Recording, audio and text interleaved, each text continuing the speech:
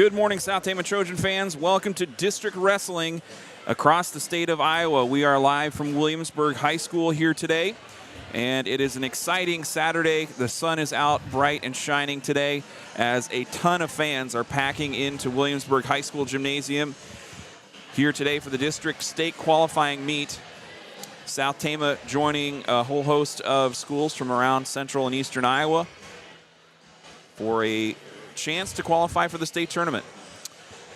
Today I'm joined by a special guest host. I have Scott Bolin with me. Scott, a former South Tama coach, a wrestler, and a man that needs no introduction. Scott, thanks for taking your Saturday and coming out and talking wrestling with us. How you doing today? Pretty good. Yeah, I'm just excited. New format here with the districts, so a little bit maybe different feel of kind of the unknown. Usually when you come to districts, you kind of know what the path looks like, so just exciting. Yeah, absolutely. You can see wrestlers getting ready to go here on the mats, and we're excited to see things get started here. South Tama will have a full roster of wrestlers competing today. I believe we are scheduled to have a 113-pounder, as that's been the only open weight on and off throughout the season.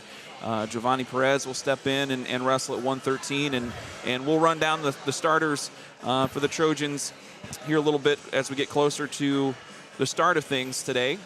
But South Tama in full force, and they're getting ready out here on the red mat as we have about 20 minutes to go before the start of wrestling here in Williamsburg. The other teams in attendance include Eddyville-Blakesburg-Fremont, West Liberty, Columbus Community, Mid-Prairie, Oskaloosa, and Tipton. Some teams that the Trojans have seen this year and some that they haven't. And be interesting to see how the matchups kind of shake out. This is going to be the first year for no sectional tournament. That last week we talked to Coach Van Dyke, and we'll play that interview here before we get started. And we asked him his thoughts on that format. From afar, from your position now, just kind of observing, Scott, what do you think that could impact the sport, having that first qualifying tournament taken away and just condensing things down to the district tournament being the only one that teams have to get through to get to the state meet? Yeah, it's just, I mean, ever since I've been around the sport, it's been sectionals districts at the 2A level. We do kind of have a model with the 3A running that format for quite a few years. Yep. So, it's different, but it is the same as, obviously you're getting an extra eight kids to state. Yep. Compared to last however many years, we've been doing sectionals and districts. But yeah, I like moving state duels off the front of Wednesday. Right. I think that was a negative for a lot of coaches for a lot of years, just as far as injuries and things like that, because with wrestling's unique as far as that it's a team sport, and duels are fun, but at the same time you have some individuals with some individual goals. Yep. That you want to be mindful as well. Yeah, and you really see the state duels kind of impact where some wrestlers are, it impacts their records as we get to the state qualifying meet here today, and so it gives a chance to kind of see where some of the teams are and where some of the wrestlers are, at least at the higher level of competition. And then South Tama, one of the teams that went out and found an extra meet. They went over to Roland Story last Thursday and had a quad over there with Woodward Granger, Roland Story, and Des Moines East, I believe, and the Trojans did well, ran through that in 3 straight duels. And was a good warm-up, I think. So we'd like to say thank you to our winter season sponsors. They include Cruzy Phillips Funeral Home, Salt Creek Wind, State Bank of Toledo, Sharn Webbers, Mark Weston Hoyer Law, SNS Car Wash, Medicap Pharmacy, Iowa Premium, Mercy Care Tama, and the Tama Pump. And this time we're going to jump over to one of our pre-recorded interviews. We talked to 2 of the team captains going into today's district meet, as well as Coach Van Dyke, so you'll hear from them both here before we start off things here in Williamsburg. Thanks for being with us. We'll be back live from Williamsburg here in a moment. All right, I'm joined by two of our wrestling team captains on the boys team today. I've got Gavin Bridgewater and Amari Chavez. How are you guys doing today? We're nearing district time. Postseason is upon us. How are you feeling a couple days out? I'm feeling good. Me too. I'm also feeling quite well. What have you guys been working on the past week or so as you've had, well, not quite some downtime, but a little bit of time to prepare and really gather yourself as a team? What has been the focus for this team as you prepare for districts? Well, the biggest thing for me preparing since conference really has been just more focusing on the little things, trying to get my technique down more and try and increase what I got. I'm trying to work on my confidence, building it back up, coming off a little bum shoulder, but still pushing through it and trying to do my best. Yeah. Can you talk us through a little bit how the conference meet went for you two, just speaking individually, and the last meet, the Roland Story meet? How did those two kind of go down for both of you, and how you feel like though they are setting you up for districts?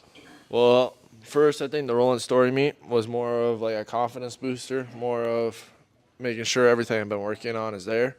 And then going into conference, I kind of was overlooking my first kid, especially since I had 2 byes and I was the 1 seed. And so that match really showed me that anyone can wrestle with me if I give them the opportunity.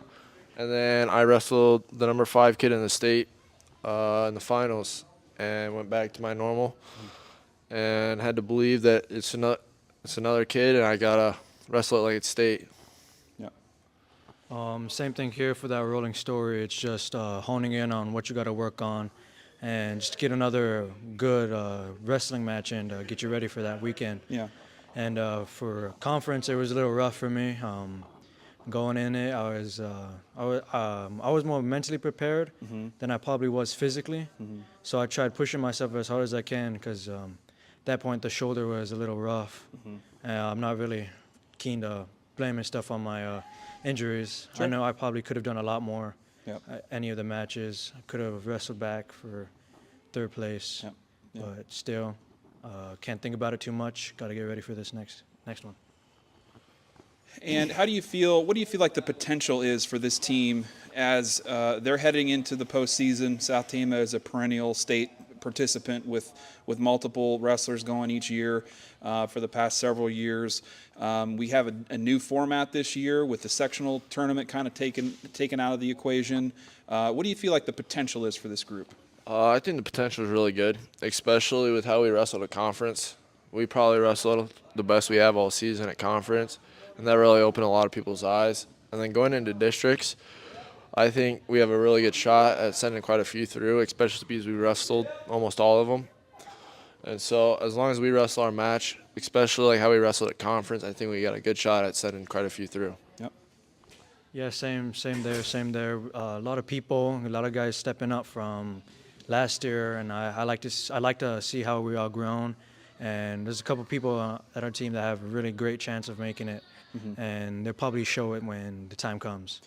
And whoever wants to answer this one, since you both were at state last year, what do you think it would mean as a group to be able to bring 6 or 8 members of the South Tama roster over to that state tournament compared to a smaller group that you had last year? Well, I think it will be an impact on us and on other teams being there, especially because if you see someone there that has a whole bunch of kids going through, you're like, they're a really good wrestling program. And so they start overthinking it more than just wrestling you. You'll have more of a back to you. And so I think it'll worry more teams. Yeah. Mara, any thoughts there? Yeah, if we send a lot more than we did last year, that'd be pretty impressive. Like you said, like maybe 7 or 8. That's a lot of kids going through, and that's just showing where we could be at and where we're going to be. All right, last question. What do you feel like in your game you need to do to take a step forward from where you were at last year? You've gotten almost all the way through the regular season now. What are your improvements that you're really focusing on trying to get better from that last year finish? Make sure I ain't slopping the first. I got to remember that going into the second 0-0 is better for me, especially because I'm really good on top. And if I wrestle to get first takedown, especially if it's a good one, then I think a lot of people could be in trouble. For me, I don't really got much to clean up, but I know that if I'm going to want to make everyone else wrestle for second, I'm going to have to push that pace and just put it on them. Yep. All right. Thanks a lot, guys, for the time. Best of luck at districts, and we'll be catching up with you then. Thank you so much. Yep.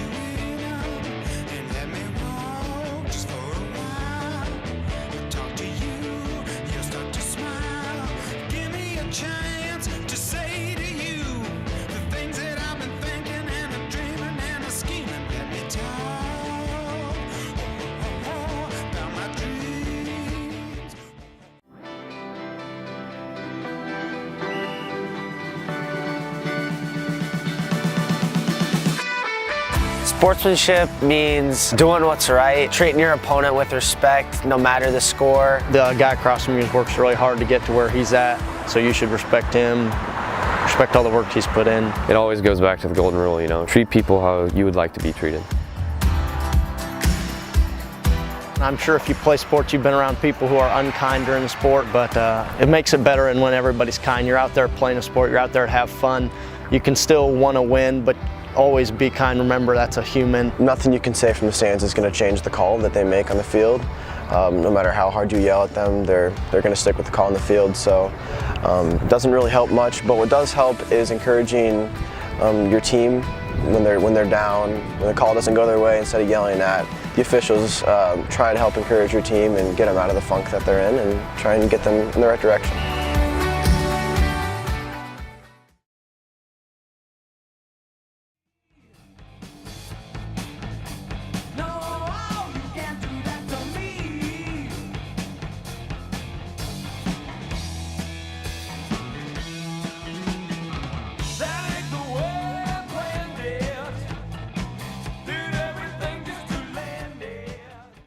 It's time for another Coach's Corner with South Tama head boys wrestling coach Nate Van Dyke.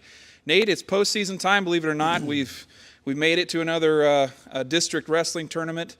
A different look for the wrestlers across the state of Iowa without the sectional meet this year. I know you're busy just getting your team ready to go. Any thoughts about the changeover from sectionals to districts to state to going to a larger state pool of wrestlers and just one qualifying meet now?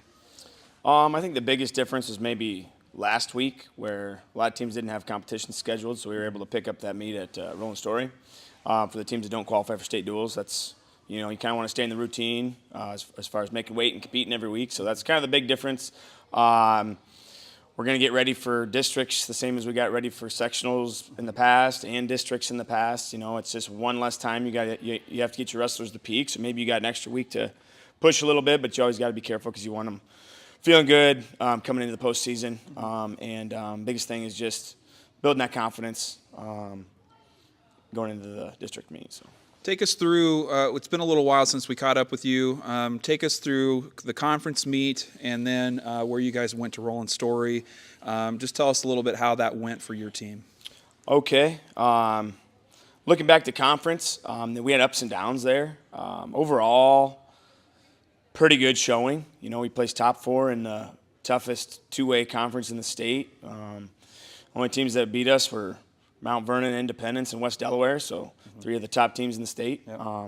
And then we edged Williamsburg, who qualified for the state duels. We edged them by half of a point. So 2 champs. We hadn't had a conference champ since 2018 when Colton Vest and Isaac Judge won conference titles.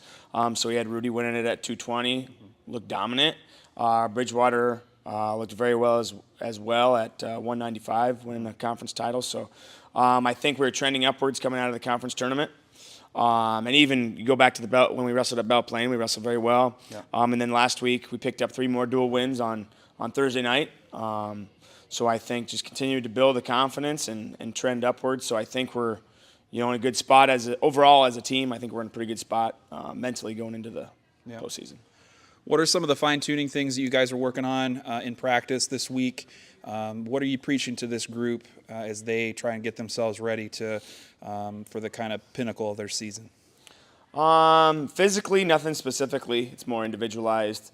We're not adding a bunch of stuff to their technique repertoire or anything like that. We're just taking individuals and fine-tuning this or that, no big changes. We're kind of past that point in the season. Staying in the routine, just trying to build confidence in their drilling. Everything's crisp, everything's clean. Same thing on top and on bottom, just confidence that they can get away from anyone. They can ride anyone for 30 seconds if they have to. They can score points on top. So to me, it boils down to confidence. If you think you can beat anybody going into the district's meet, then maybe you can, even if, in some situations you don't have any right to it. But then, on the opposite side of that, if you don't believe you can beat someone with a big record behind their name, then you probably won't. So I think the biggest thing is just confidence. Yep. Scouting ahead a little bit to this group of teams that South Tama is going to face off against the districts, realistically speaking, what do you feel like is the potential for your group to advance some wrestlers to state? I don't know. It's kind of hard to predict the future, We've got 4 or 5 that are sitting in pretty good spots, 4 in particular probably. And then there's another 2 or 3 that have a fighting chance. But then anything can happen, Right. Someone like Marcus Bear, who's dangerous in certain situations, can he can upset somebody. He can pin somebody in those situations. So I don't want to count anybody out, and that's the same thing I'm feeding to them because crazy things happen in sports. Every single year there's people that are down at state with 500 records. There's somebody at state with a below 500 record. So you just never know. You got to have the confidence that you can beat anybody. And every year, state champs go down in the first round of the state tournament, and place winners don't qualify. So sports are crazy, and you got to kind of give yourself a fighting chance, I think. You bet. Let's talk a little bit about this girls wrestling state tournament. A really exciting time. South Tama crowning another state champion recently in Maylee Ellsbury. You were in her corner, Matt's side, for those matches. Just give me your reaction after coaching her for some years. What does it mean to have South Tama represented among the first group of state champions in this new sanctioned sport? And just thoughts about her performance this season in that state. We're very proud of her. She's earned everything she got. She outworks everybody.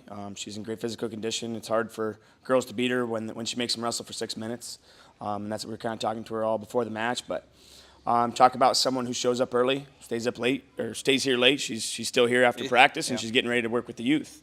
And her season's done. And it's, sometimes after your season, you take a couple weeks off. Well, she's in here practicing. She's going to wrestle all spring. She wrestled in Florida. She wrestled in a beach wrestling tournament. She drove all the way to Perry a couple times a week, in the fall and the summer. And she deserves it, just that work ethic and the day-to-day. She's got that down. So she deserves it. And I also think she's a great representative to be our first ever girls state champ just by the type of character that she portrays. What was that experience like? A whole new state tournament event that was put on by the Girls Union. From your perspective, how did the whole event get pulled off, or just any thoughts or memories from that tournament itself?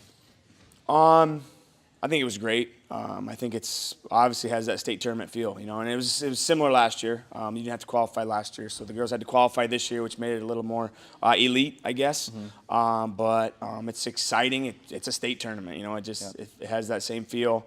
I think either they need to go to two different classes, or they need to go to a bigger venue potentially. Sure. Although I like the venue, it's neat, it's new, and you can see all the mats from wherever you sit. So, no, I've got no complaints about it other than that. From a coaching or an athlete standpoint, they have great warm-up areas and great access to the mats. So nice.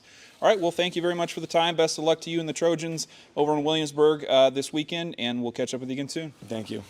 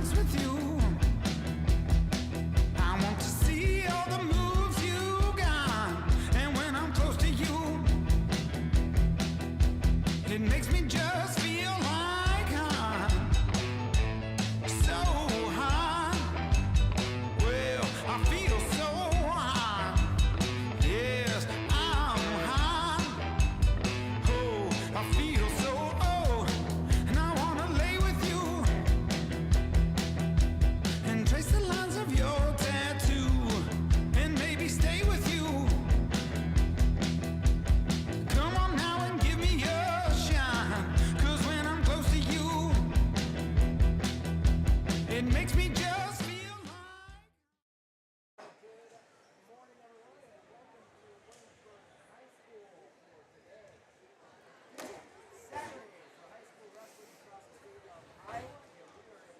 like. Okay, today's tournament, we have 2 mats. Mat 1 is the red one, and the black one is mat 2. Up now, on mat 1, K.O. Graff, South Tama County, Jacob Nelson, Columbus Junction. Wrestling now, on mat 2, quarterfinals, Ryan Cassidy, West Liberty, Jesse Schultz, Mid-Prairie up on mat 2. On deck, mat 1. Quarterfinals, Jason Johnson, Tipton, Sam Nelson, Oskaloosa, on deck mat 1. On deck mat 2, Gavin Sortagray, Tipton, Tyler Linton.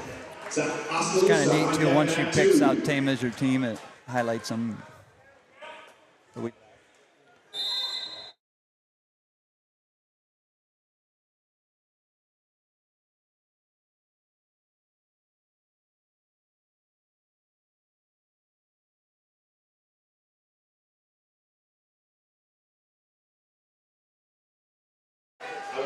Welcome in, South Tama Trojan fans. We're live from Williamsburg. Myself, Darvin Graham, joined by Scott Bolin here. We are underway. First match of the day. Cale Graff is up at 106 here for South Tama. Locked up a cradle.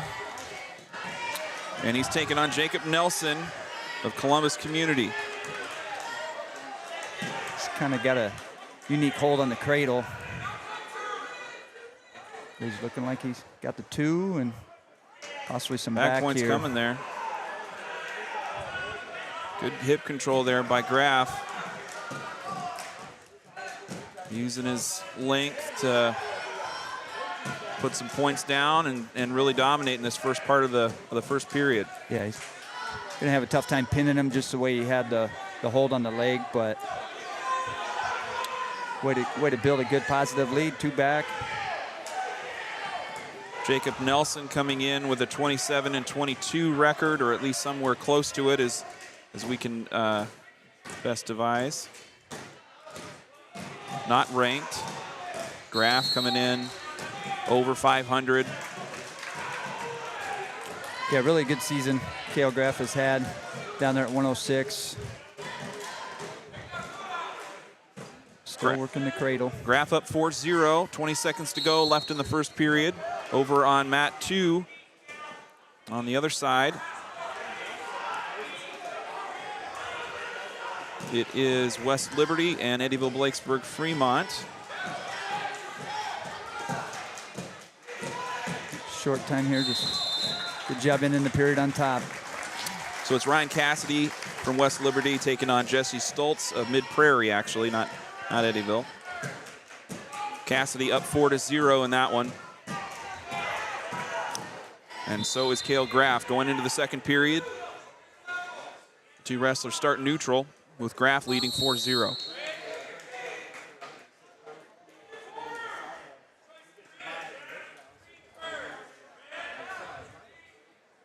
Graff in the front headlock position, looking to score here.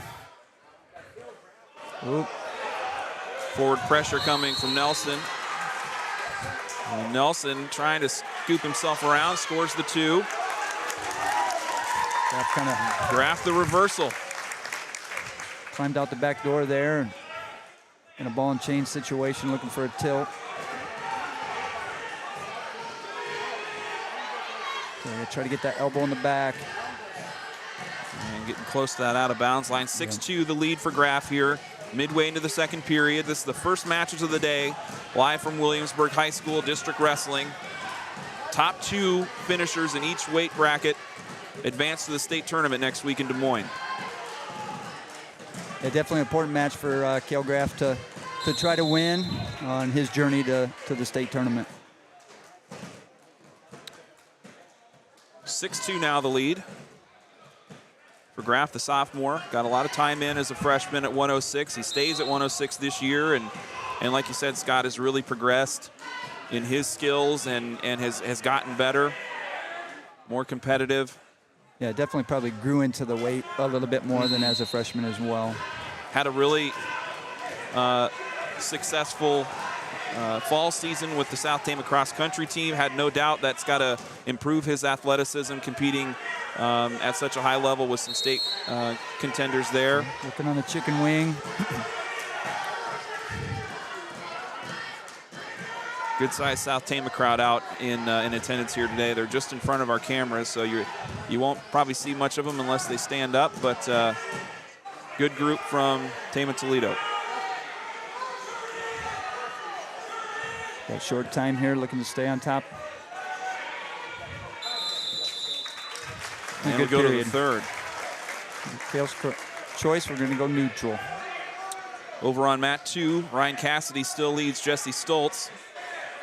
This set also at 106 in the quarterfinal round. There'll be three rounds in the championship side of the bracket today with 8 teams in attendance. Some teams bringing fuller rosters than others, so there will be some buys along the way, and things could move along quickly, but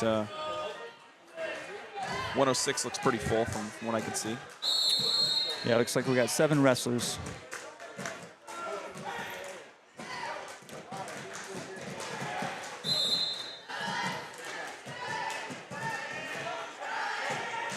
Neutral for Nelson and Graff. The shot by Nelson.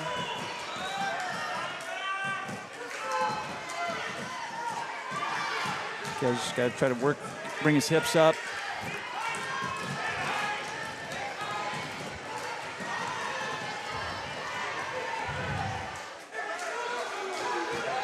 Got a bail. Graff in trouble here. Got arm through. Oh, fighting to get to the stomach. Looks like we're going to be a tie match here. You got 2 back. Nice rally by Jacob Nelson, but he still trails by 2. Graff forced into a different position now with the final minute to go in the third. He's been in control the whole way. Trying to run a tilt. And now we're tied. Nelson.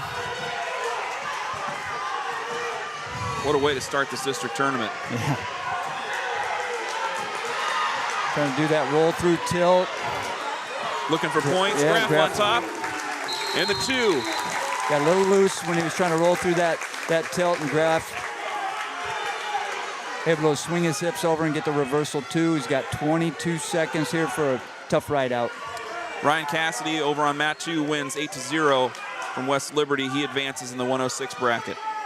On deck, mat 2. 13 seconds for Cale Graff. Rose Yoder, Mid-Prairie. Giovanna Perez, South Tama County.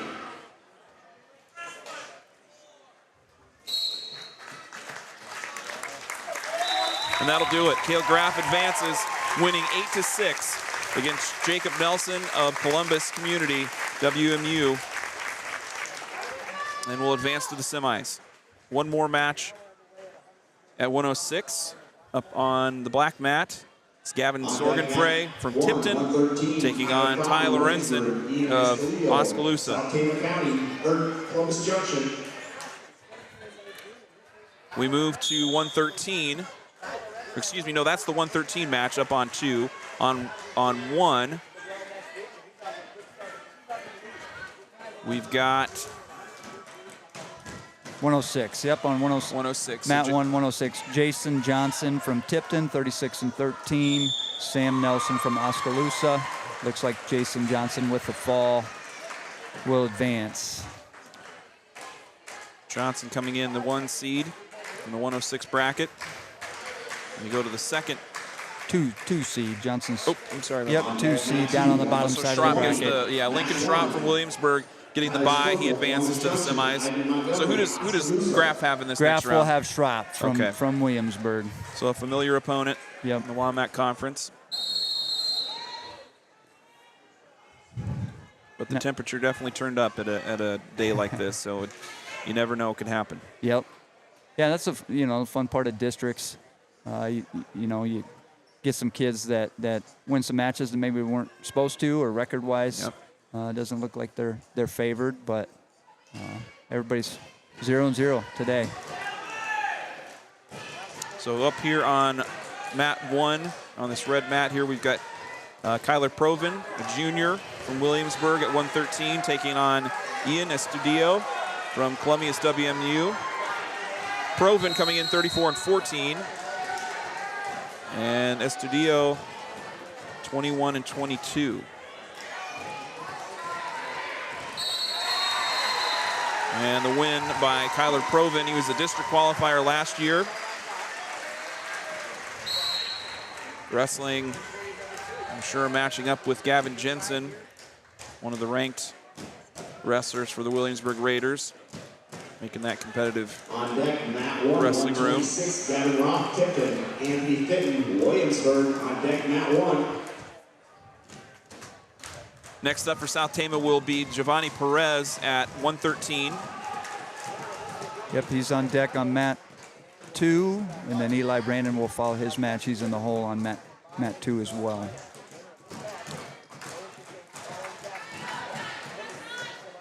And so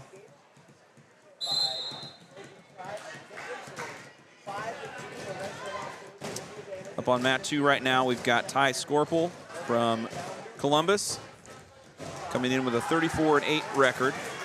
He's a junior, taking on Ian Montgomery of Oskaloosa. He's 10-13, sophomore. Definitely a loaded weight class here today, that 120. There's only 6 wrestlers, but high quality. You know, 5 of the 6 have winning records. It's a pretty competitive weight class.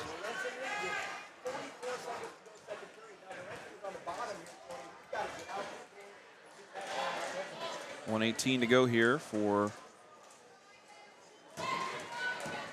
Montgomery, getting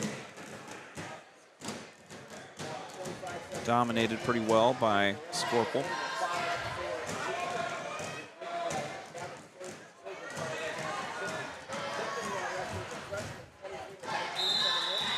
And the pin by Ty Scorpel advances him in the 120-pound bracket. Tight match over on mat 2 between Gavin Sorgenfrey, a freshman from Tipton, and Ty Lorenzen, a sophomore from Oskaloosa. Lorenzen leading 5-4 in the second period. On deck, mat 1, 132 quarterfinals. Caleb Moore, Williamsburg, Max Ashman, Tipton. On deck, mat 1. Won't see Amari Chavez or Mikhail Bear this first round. They both have byes advancing to the semifinals. So that moves us to 138 with Drayton White.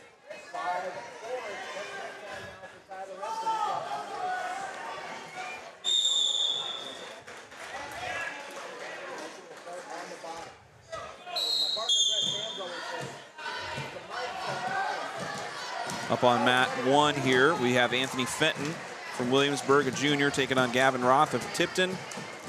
Fenton 4-16, Roth 19-24.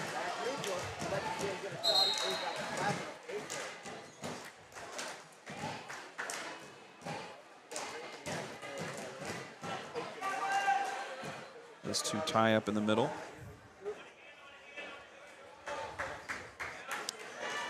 Still waiting to see Giovanni Perez at 113. He's yet to come for South Tama. And then a couple of byes for the Trojans after that. There's a shot by Roth, and it's defended off pretty well by Fenton there in the middle.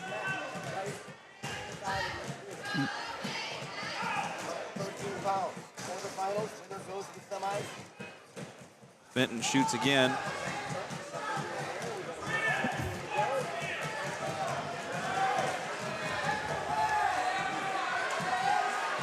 Still scoreless in this 126 bout.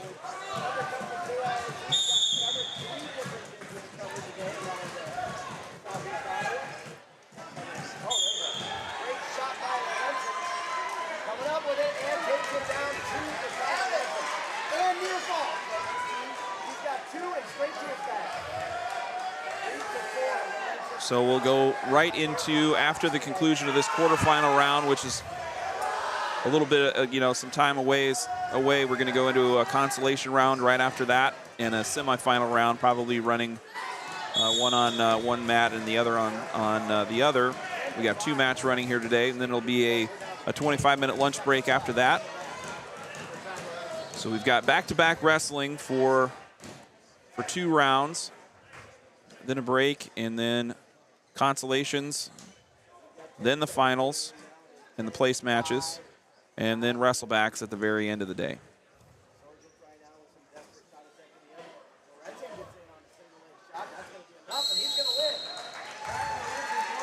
Tyler Ensign of Oskaloosa just won at 113 against Gavin Sorgenfrey of Tipton. Tight match there, ends in a 10-5 decision for the sophomore from Oskaloosa. And he will advance, though is a little slow to get off the mat, so hopefully he's healthy enough to continue. And now we move over to South Tama's 113-pounder. It's Giovanni Perez. Great to see Giovanni out. First-year wrestler as a freshman, and spent a lot of time on the JV, but getting some varsity opportunities from every now and then. And there's a quick shot. He's taken on Moshe Yoder of Mid-Prairie, and Yoder quick to score. Yoder, a seasoned wrestler as a senior, has a 30-10 record overall. And I always, South Tama's had plenty of examples of what Perez is doing this year as a young wrestler that fits the weight class and has chosen to just come up and do what he can to help his team. And that means putting yourself in some difficult situations. But no doubt he's going to be better for it, having gone through, difficulties. And but hats off to Giovanni as a freshman. There's the pin by Yoder. So Moshe Yoder will advance in the 113 bracket.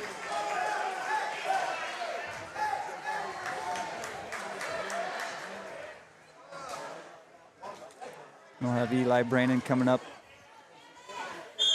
on mat 2. So next in the consolation side of the bracket, Giovanni Perez will take on Estudillo of Columbus Junction. That'll be later in the day.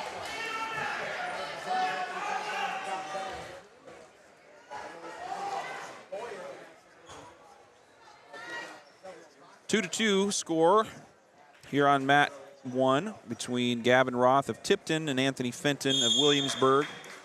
And we're going to switch back over here. We've got Eli Brandon up on the mat at 120. Brandon going with the old school jersey, or old school singlet today. Always kind of interesting to see how those things, what the kids choose. Yeah. And Brandon here taking on Michael Puffer of Tipton. A bit of a scramble situation. Eli comes on top for the 2 takedown. Kind of where Eli's made his money all year, just a tough rider. Likes to work kind of the Spencer Lee tilt. Yep. Chicken wing to a tight waist.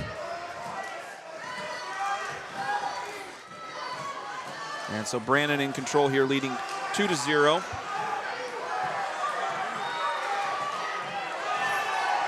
Looking for a cradle.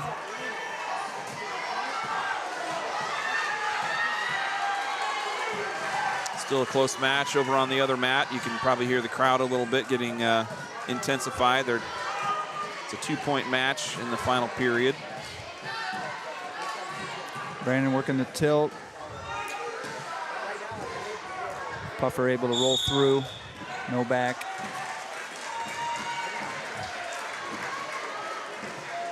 Good defense there by Brandon, keeping the escape off the board with 30 seconds left to go. Still a 2-0 lead. Yeah, looking for kind of a suck back situation.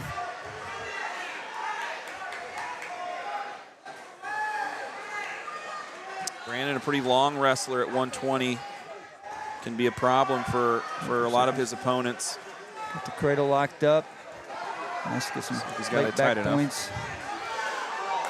Short time. Got 2 back points. Nice late period push there by Brandon.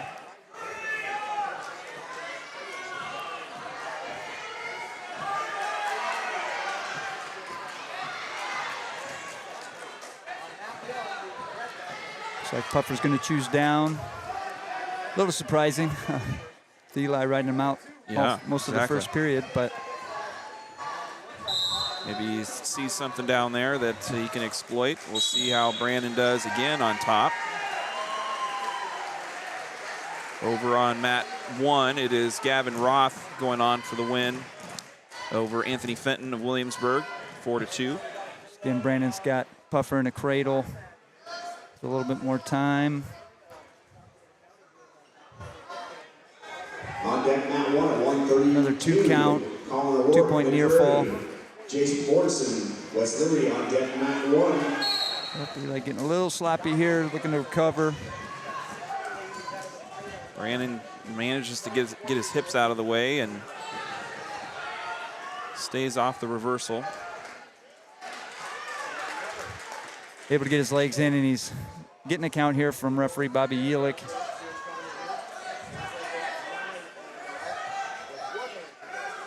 Puffer has not been able to defend underneath. Again, yeah, a curious choice. Why you go down in the second after that first period, but all the better for Eli Brandon as he's racking up the points. Looks like he's going to get to his feet. So Eli got the 3-point near fall, 1 escape for Puffer.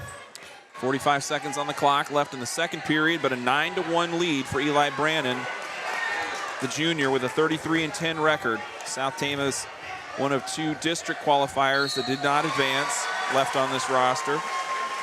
He and Mikhail Bear were the 2 that made it to districts last year, did not advance, and looking to make that step this year. Brandon with another takedown. Now leads 11-1.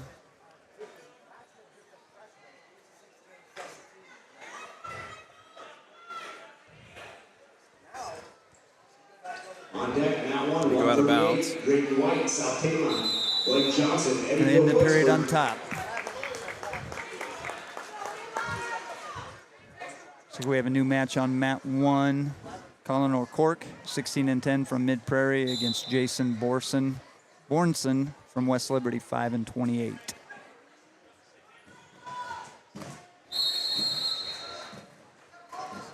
Brandon still in control here, 11-1, midway into the third and final period. We're able to pop his hips in, create a little scramble situation, and come out on top for the 2 takedown. Right into a Turk situation. Didn't look like he got any count.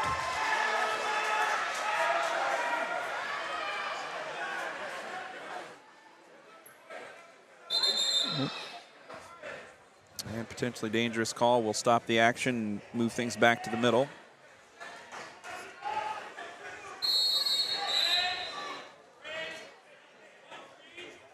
Strong first match here for South Tama's Eli Brandon, as he's going to have an uphill climb against a pretty stacked 120 bracket. Just looking through things here at 120. Get back to my cheat sheet here. We've got Gavin Jensen, the top seed at 120. He's currently ranked 5th by IA Wrestle. Has kind of bounced around a little bit, taken some losses this year, but remains in the top 5. Quick work here by Michael Puffer to I tried to roll through on a cradle. Puffer able to stop him. Didn't give the escape there. So Eli stays on top. Win for O'Rourke over on mat 2 from Mid-Prairie. He wins 2-1 over, or no, by fall, I believe. And so he'll advance at 132. 138, Caleb Phillips. Looks like we got Drayton White coming up on mat 1. West Liberty on deck, mat 1. Drayton's record this year, 15-19. He's going to take on Blake Johnson of Eddyville-Blakesburg-Fremont, who's 13-7. Final for Eli Brandon in his first match of the day. He wins 13-1 over Michael Puffer of Tipton. Brandon will advance to take on Gavin Jensen, the number 5 ranked wrestler from Williamsburg. That'll be in the semifinals. Oskaloosa on deck, mat 2. And that round coming up directly after this one. Landon Davis also sitting down there at the 2 seed from Eddyville-Blakesburg-Fremont. He's a freshman. He's only lost 1 time this year. So between him, Scorpel from Columbus with a 35-8 record, Brandon 33-10, probably the scariest bracket in this district tournament, I have to think. Yeah, for sure. So now we've got Drayton White up at 138. 138, we notice, is only full bracket here today with all 8 teams represented. But probably not the depth that we just talked about with 120. Right.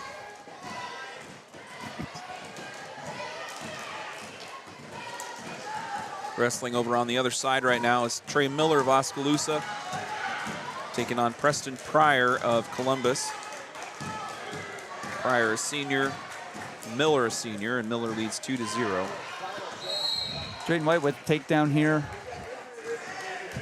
on Johnson.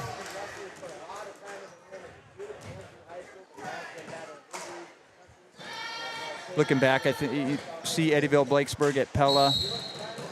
I think Johnson owns a victory over White this year, pretty handedly, 9-0. So good to see Drayton come out here and obviously making some improvements.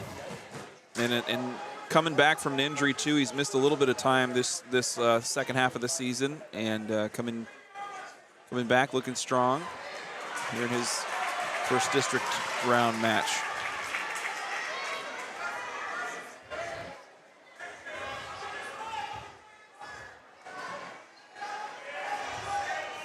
Got a short time here, looking to end the period on top. This is White. And it'll be a 2-0 lead for Drayton White of South Tama going into period number 2.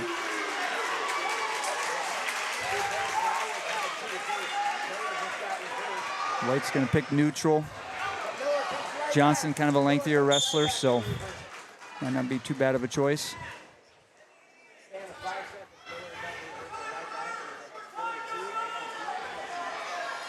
Trey Miller leading 4-2 over Preston Pryor of Columbus at 132 on our other mat.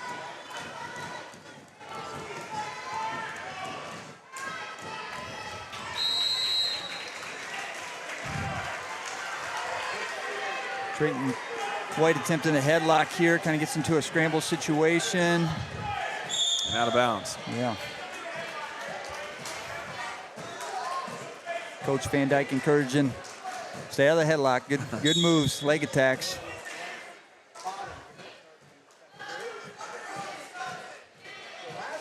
Little shot there by White, but it's easily defended by Johnson. Yep, got to get through the head hands defense. Try to get a clean shot. Looking to get head under the chest, snap him down to the mat. Attack that ankle, got two takedown for Drayton. Good push there by the junior. Jumping out to a 4-0 lead midway into the second period. This is our opening round of the day. South Tama with a few buys in the first round, so we have not seen Amari Chavez and Mikhail Berry yet. They'll be coming up in the semifinal round here in a bit later this morning. On deck, 145, mat 2, Andre Riotas, West Liberty, Luke Abrahamson, Oskaloosa on deck, mat 2. And Jacob Youngbear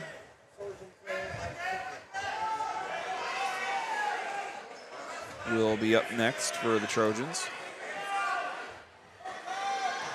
A short time here. Once again, Drayton looked in the period on top. Another good period. Drayton leading 4-0.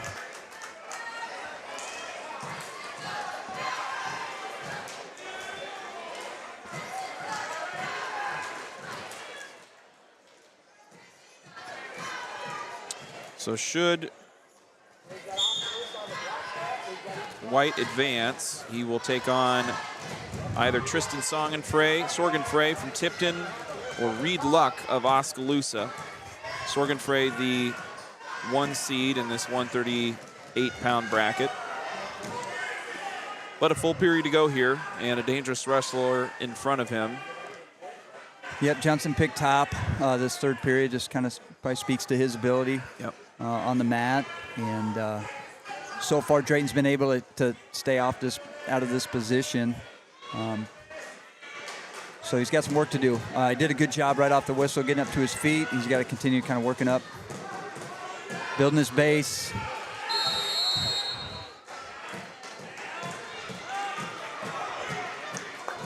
Johnson's got a leg in. Minute to go. 4-0 lead. But Johnson on the attack here, working on top against Drayton White of South Tama. White quickly pops off the shoulder. Doing a good job defending off those turns. Out of bounds. The call with 45 seconds left. Back to the middle they go.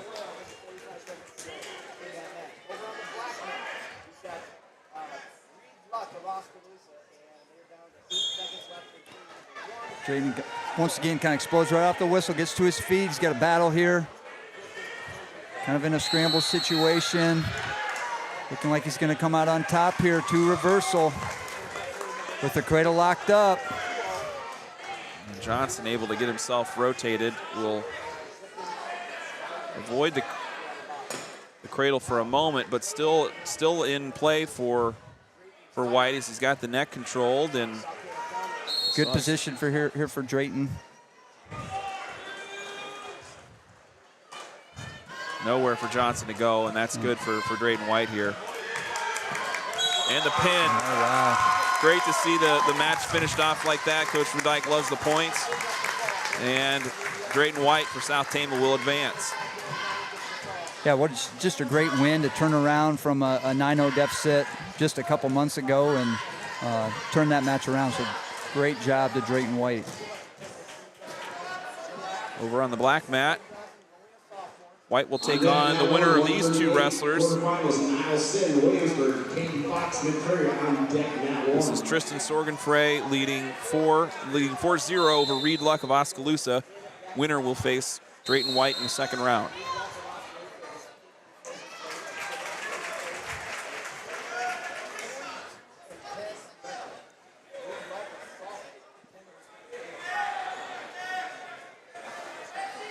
Despite the mismatched records with these 2 wrestlers here, Luck handling himself quite well. He scores just a moment ago, narrowing the lead to 1.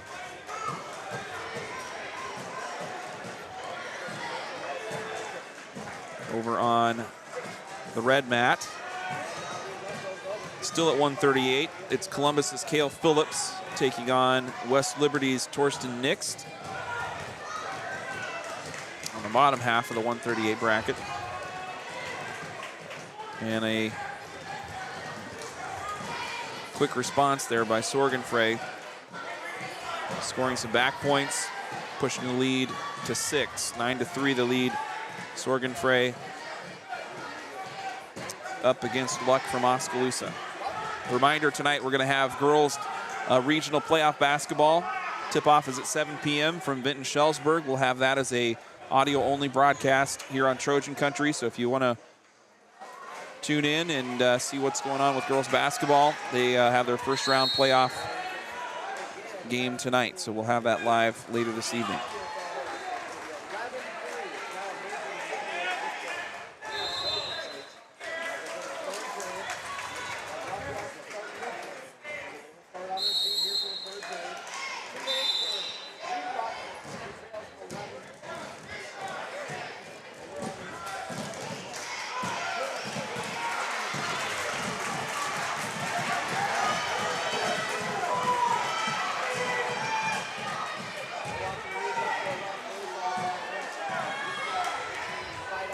Sorgenfrey now up to 11-3 lead over Luck into the third period.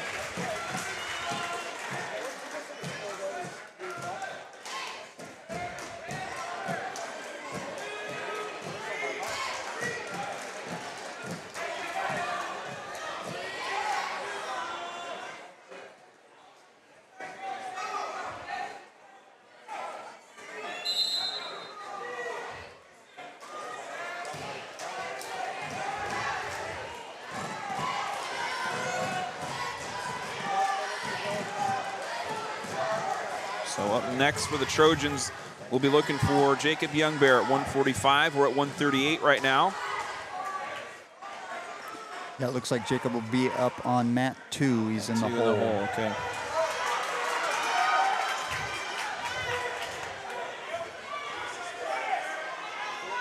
And we should have Trojans wrestlers. I don't believe we have a bye situation until we get into the heavier weights.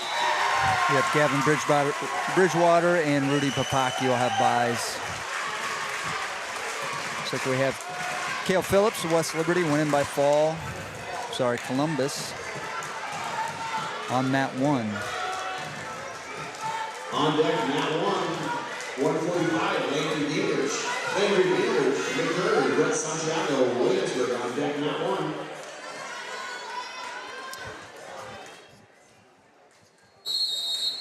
Sorgan Frey up big, 16-5 over Luck of Oskaloosa.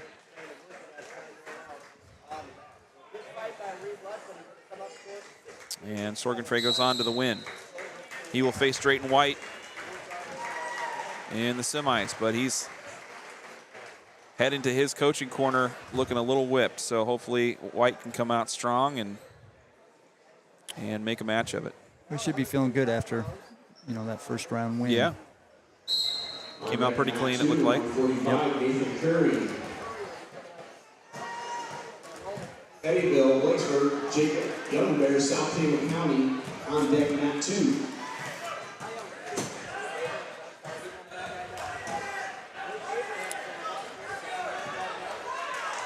Okay, lost a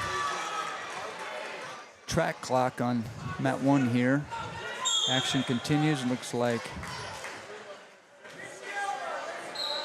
Niall Sin wins by fall over Peyton Fox of Mid-Prairie.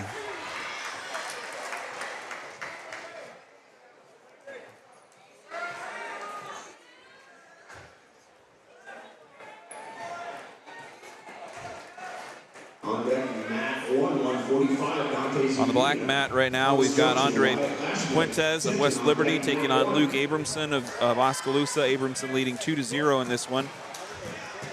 Oskaloosa today in the black singlets with the white logo in the middle. West Liberty black with the white across the top.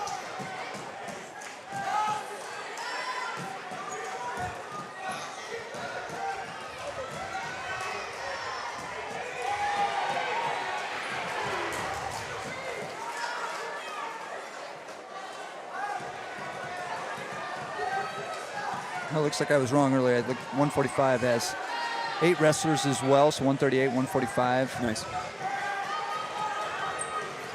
Makes sense, middleweights. Now wrestling on mat 1, Landry Gingrich of Mid-Prairie taking on Brett Santiago of Williamsburg. Gingrich with the early 2-1 lead.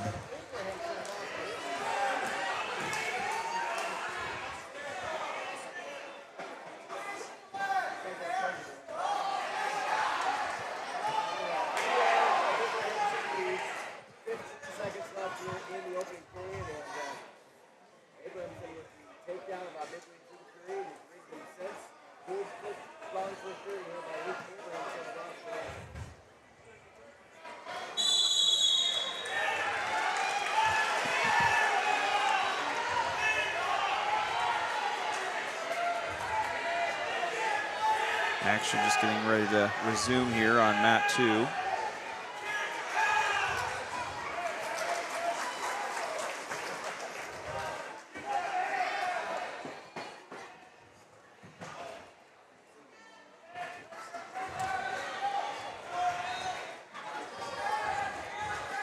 .145 overall, just I think a class that's up for grabs here.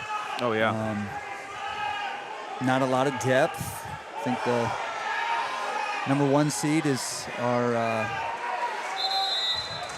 Fuentes here wrestling on mat 2 with a record of 6-5.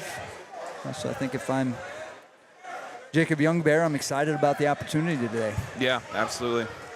He's been in a lot of varsity matches the last 2 seasons, and now as a junior, couldn't ask for a better position here at this stage of the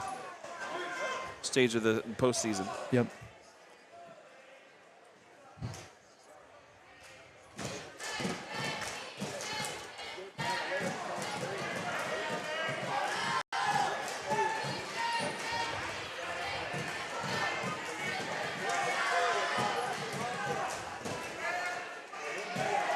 So we'll be looking for Young Bear up on his mat. He's currently on deck on mat 2 here.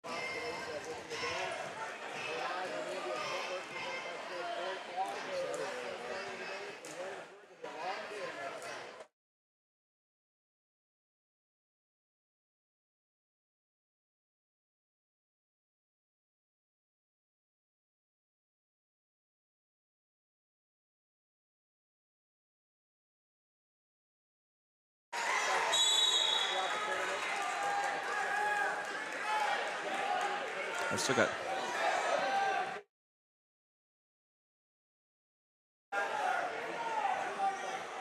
There we go. Now we're back. Apologies there. Trying to get a little camera technical difficulties kind of situated. I think we're back in business.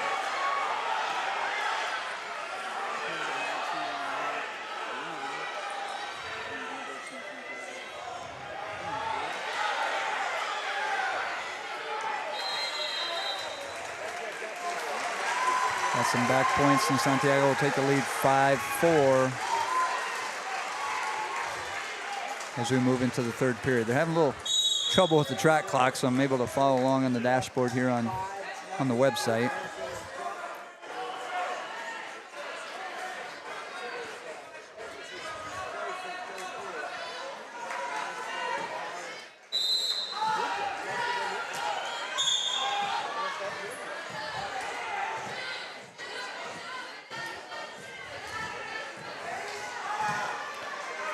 Once again, thanks to all of our local sponsors for putting us on the road here and getting us in the door and on the airwaves today. They include Cruzy Phillips Funeral Home, Salt Creek Wind, State Bank of Toledo, Sharn Weber's, Marquest Law, S&S Car Wash, Medicap Pharmacy, Iowa Premium, Mercy Care Tama, and the Tama Pump. Really do appreciate their support this winter season.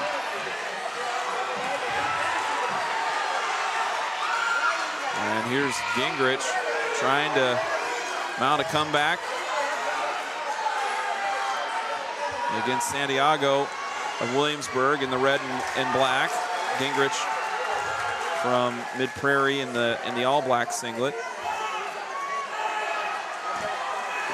I believe it's 6-6. Okay. Yeah, like you said, Scott, the track clock malfunctioning over on mat 1.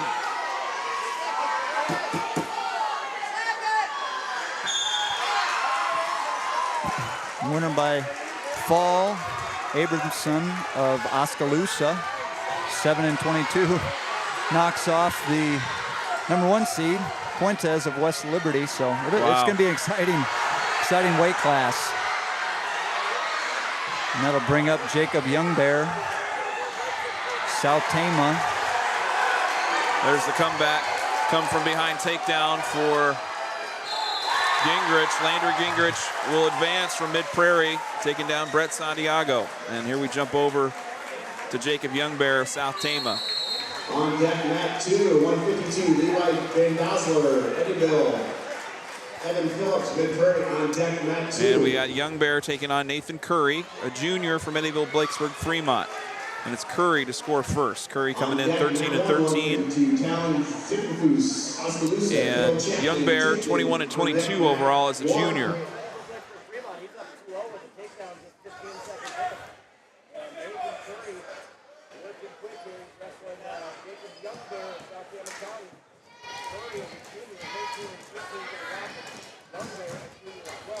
Curry in control here in the early going of the first period. They go out of bounds.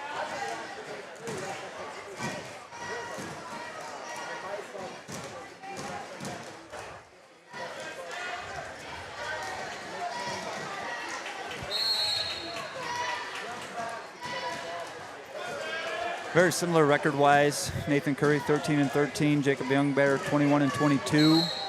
Don't believe these two met at Pella this year throughout the season. Youngbear in on a shot, capitalizes, get 2 takedown. Off the ankle there, Youngbear with the escape, jumping out to a 3-2 lead.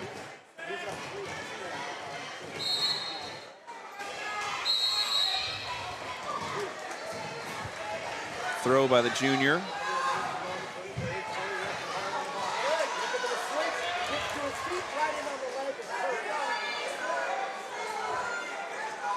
Jacob Youngbear still on top here.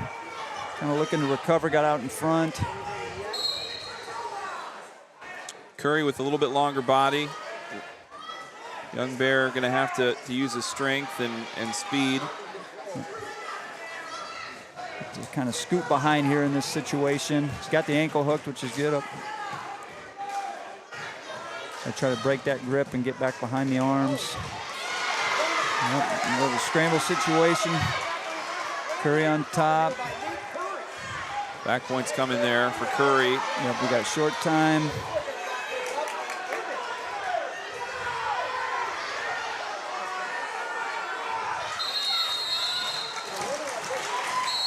And so it'll be a 7-3 lead going into period number 2. Jacob Youngbear able to get a takedown on the board.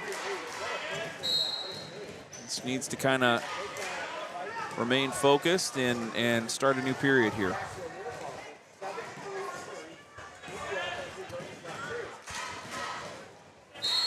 Youngbear going down, explodes up on the whistle, kind of in that similar situation we were just in. Kind of the high crotch situation.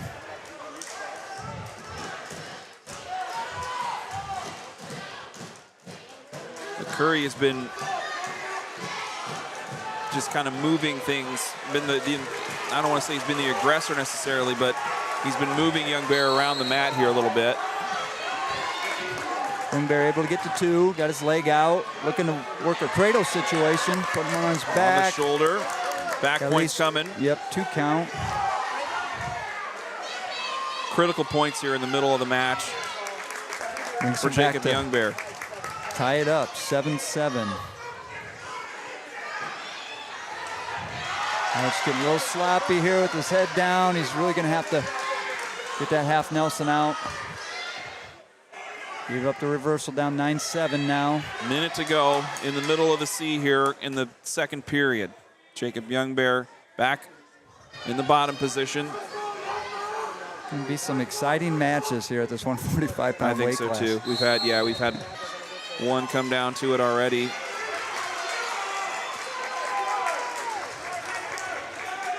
.39 seconds to go here. Jacob Youngbear on bottom, looking to score. We don't want to end the period on bottom.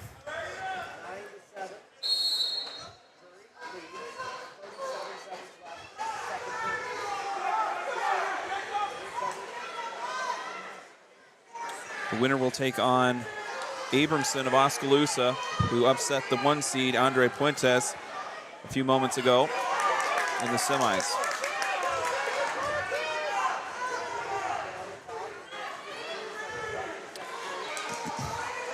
Youngbear still underneath. Hits a Granby roll. He's going to get 2 reversal and back. Looks like he's got a 2 count. Short time here. And then the period with 11-9 business at the end of the second period for Jacob Youngbear. He's been a gamer in this match. Yeah. It feels like Curry has out-physicaled him, if you want to kind of use that word that way, but he's found moments to get in there and score, and now he's got a 2-point lead heading into the final period.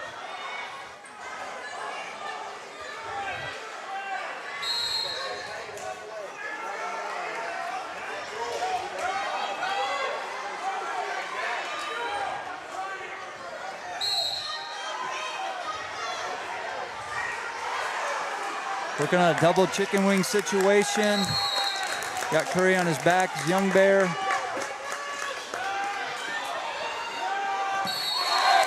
And the pin for Jacob Youngbear. He advances. It's exciting. Puts himself in a really good position.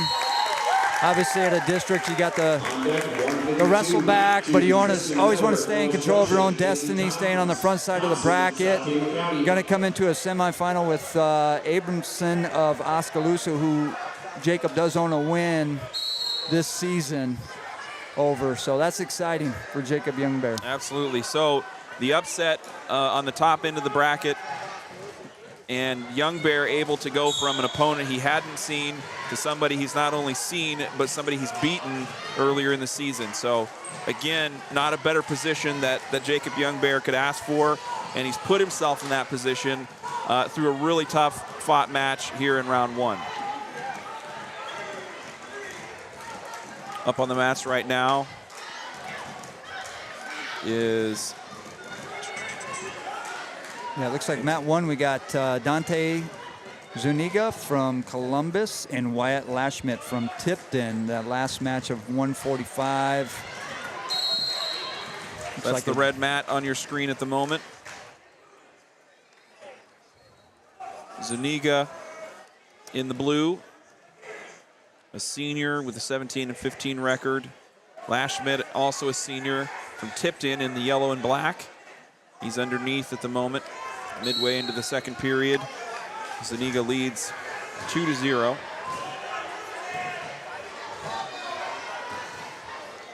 Coming up at 152, it will be Anthony Thompson for South Tama jumping into the varsity lineup. Cyrus Mathis unable to go today. A good opportunity for Anthony. Wrestled JV all year this year, had some good competition there.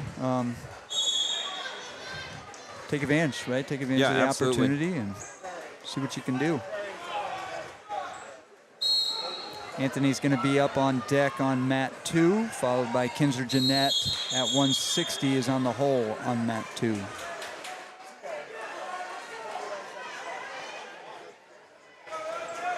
Zuniga still leading 2-0 over Lashmitt of Tipton.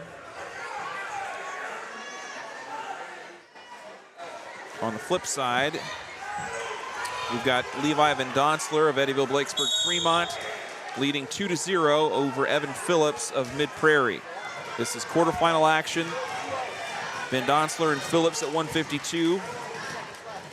Zuniga of Columbus, Winfield Mount Union at 145, leading 2-0 over Wyatt Lashmitt of Tipton at 145.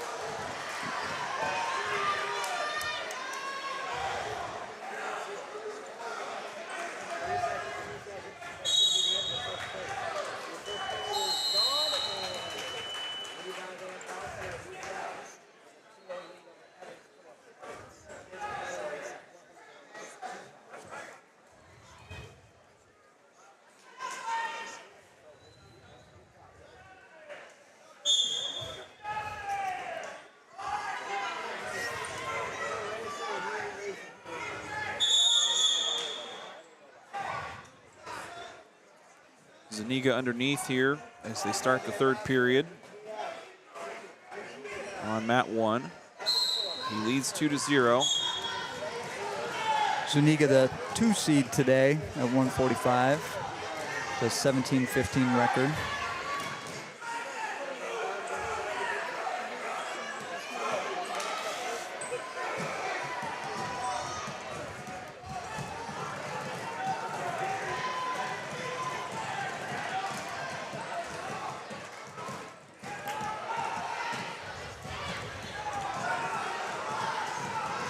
Tries the roll through, but still Lashmitt on top. But Lashmitt needs to score here. We'll need the turn on Zuniga to jump out ahead.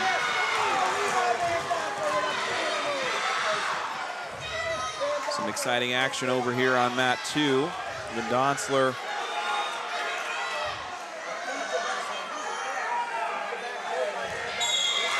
gets the pin over Evan Phillips of Mid-Prairie. So Van Donsler of Eddyville-Blakesburg-Fremont advancing.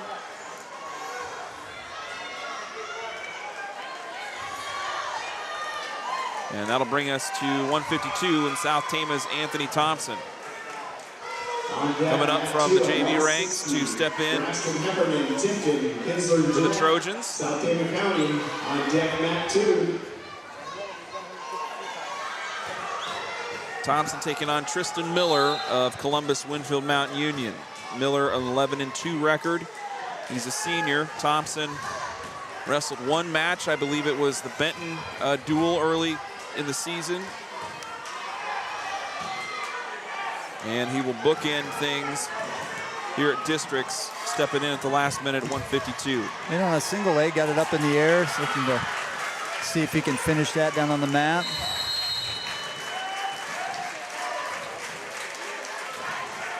Getting his left arm tied up a little bit, making it a little more difficult, but if you just take your time here.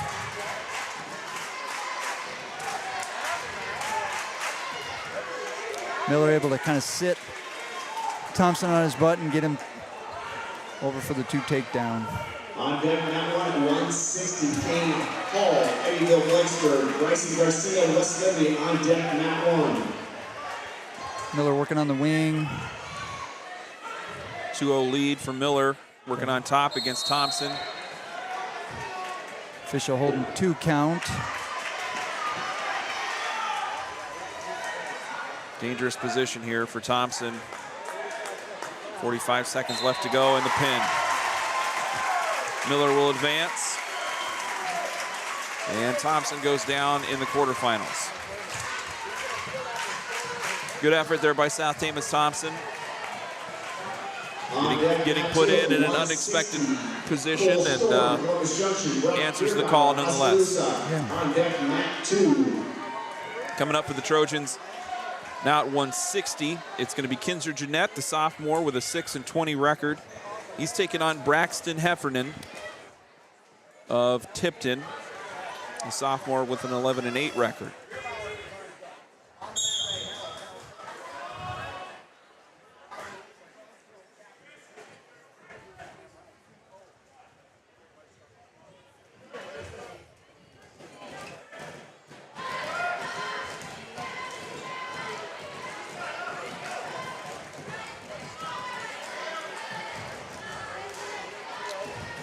Again, not a top-heavy bracket at 160.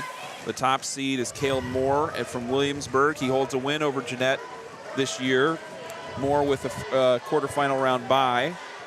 And he's leading this bracket with a 27-20 record as a sophomore. So could be anybody's ball game at 160 as well as 145 and some other weights to this district meet.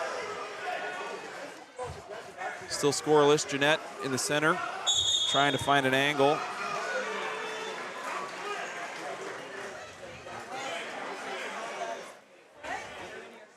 Referee brings the 2 back to the center.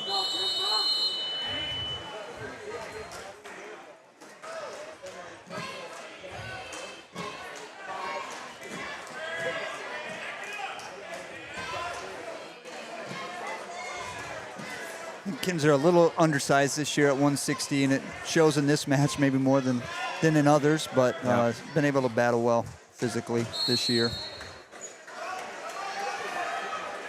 Some aggressive hand fighting. Heffernan with a shot, and he's going to have to either push that forward or get it lifted in the air. Jeanette trying to get to an ankle, but he's got a lot of ground to cover. Tries to hit a roll through. Out of bounds. Good action.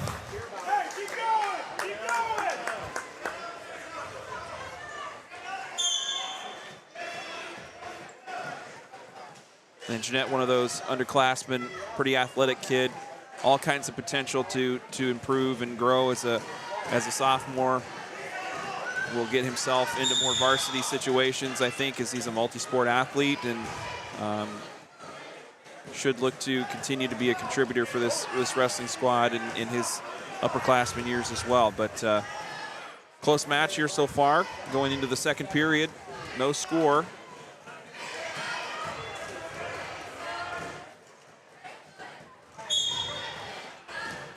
Beautiful day here in Williamsburg as it's been sunny and cold, but very dry out, allowing safe travel and good turnout here as a result. A little more snow on the ground here. They must have got a little bit more of that true. storm. Yep. We did. Lucked out.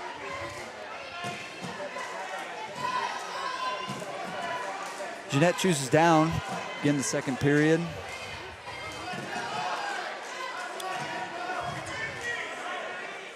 The winner of this round will take on either Cole Storm of Columbus or Bierbauer from Oskaloosa. I have a last name on that one, or first name on him. Some of these teams, the bracket that we have, some of the teams have put the first name. Okay, I see why, because they get bumped to this back half bracket here. So Brock Bierbauer is the other name there, the freshman from Oskaloosa. So it'll be the Storm or Bierbauer taking on the winner of this match here at 160. Kinzer Jeanette from South Tama, still scoreless with a minute to go, just under a minute to go left in the second. Looking at tripod up to his feet here.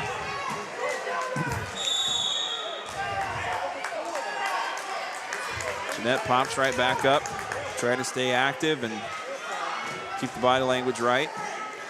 Yeah, 41 seconds. Definitely want to try to work to her feet, get an escape reversal in this situation.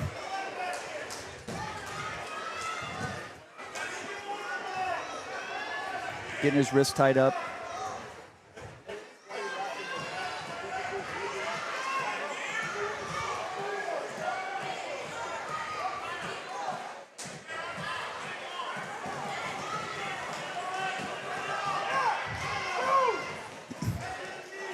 Still no back points awarded there. Yeah, Kinzer trying to kind of hit a roll, trap that arm. He's got short time here. It looks like we're going to end the period. Oh, going to give up back late. Unfortunately, should be too near fall right at the end of the period. With Heffernan's choice. Third period. On deck, Matt 1 at 170, Roddy Culper, Columbus Junction, Matt Martinez, South Tama County.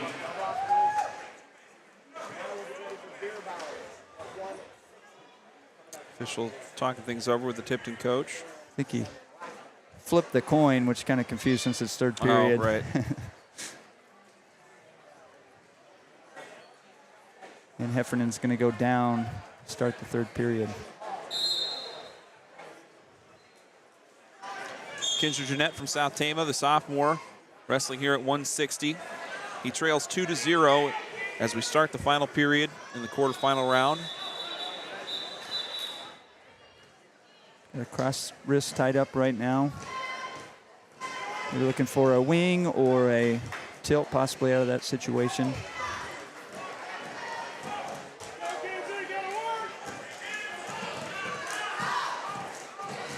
Hefferman to his feet. And Jeanette hustling to the out-of-bounds line. But the escape will be awarded to Hefferman, and he now leads 3-0. I think hit Kinzer with a stall warning there. Okay.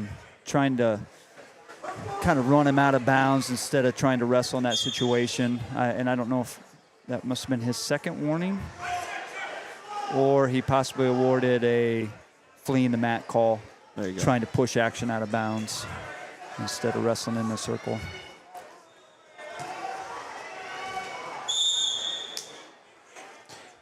So with a minute 12, Kinzer Jeanette's going to need to.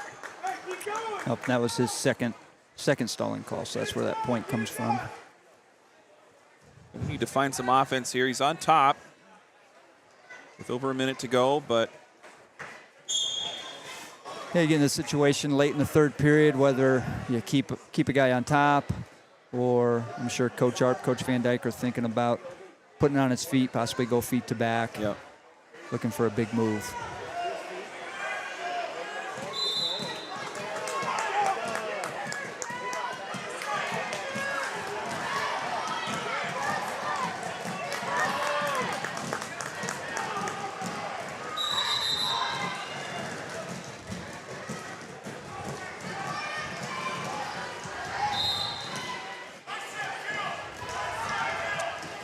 Just over 30 seconds.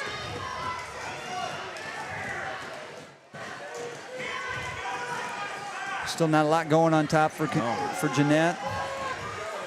Short time, we got to start thinking points. The throw. 2 seconds, got to turn him. A little bit of an angle there, but like you said, I think Jeanette just a little undersized at this weight class, and he's got a big body to move around down low there in Braxton Hefferman. And that will do it. Hefferman will ride out the final seconds and will go on to a 3-0 win. Jeanette moves to the consolation round. It looks like he'll have a loser of that match, Storm or Bierbauer. Mid-Prairie, Holland, Tipton on deck, mat 2.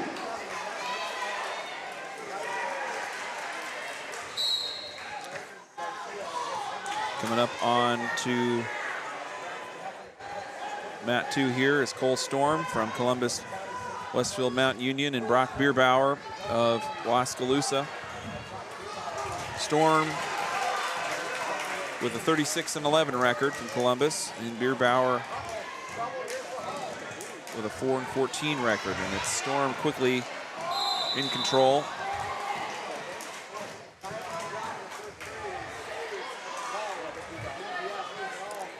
Close match on mat 1 over here. Kane Hall tied up with Bryson Garcia, and there's a win for Cole Storm. So Kinzer Jeanette will see Brock Bierbauer of Oskaloosa, and unfortunately for Jeanette, Bierbauer, you know, he gets the pin there, but he's going to come into that next round pretty fresh, having really not dealt with too much 182, Marcus Baer, South Tama County, Parker Jordan in his first round. Next for the Trojans, it'll be Madden Martinez at 170. He's on deck on mat 1. So we're looking for him next. And then after that at 182, it'll be Marcus Baer, the sophomore, or the freshman, excuse me. Yep, he's up on deck on mat 2.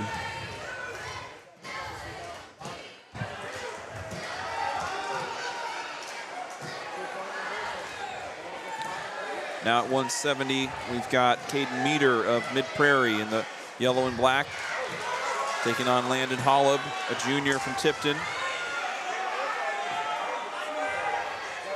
Holub on top here.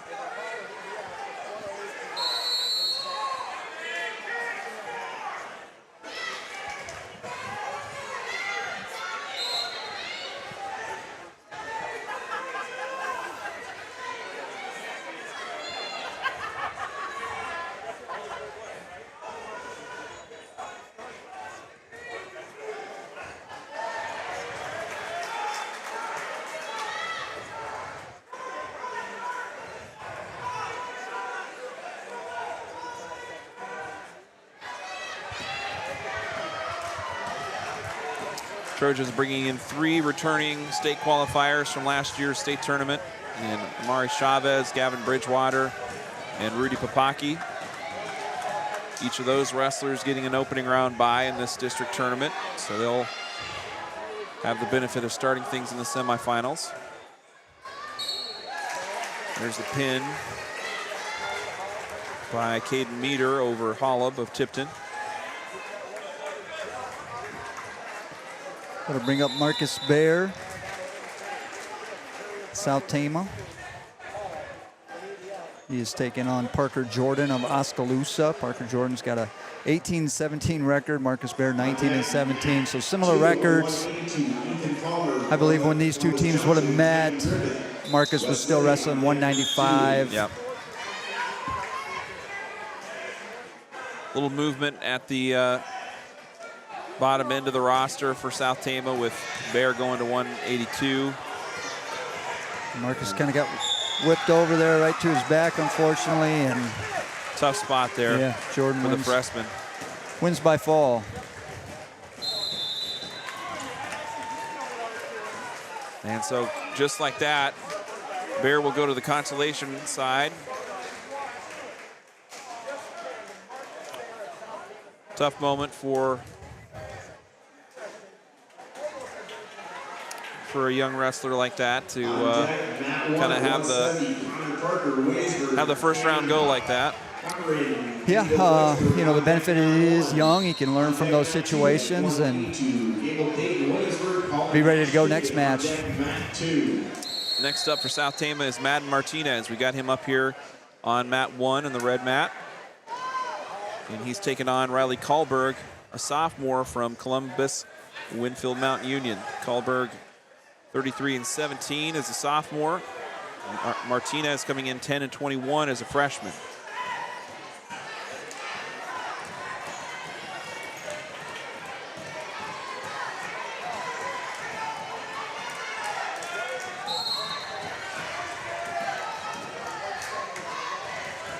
On the opposite side of the mats, we have Ethan Palmer of Columbus taking on Titan Griffith of West Liberty.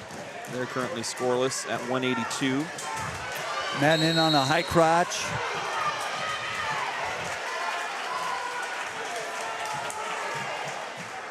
So good shot by Madden Martinez.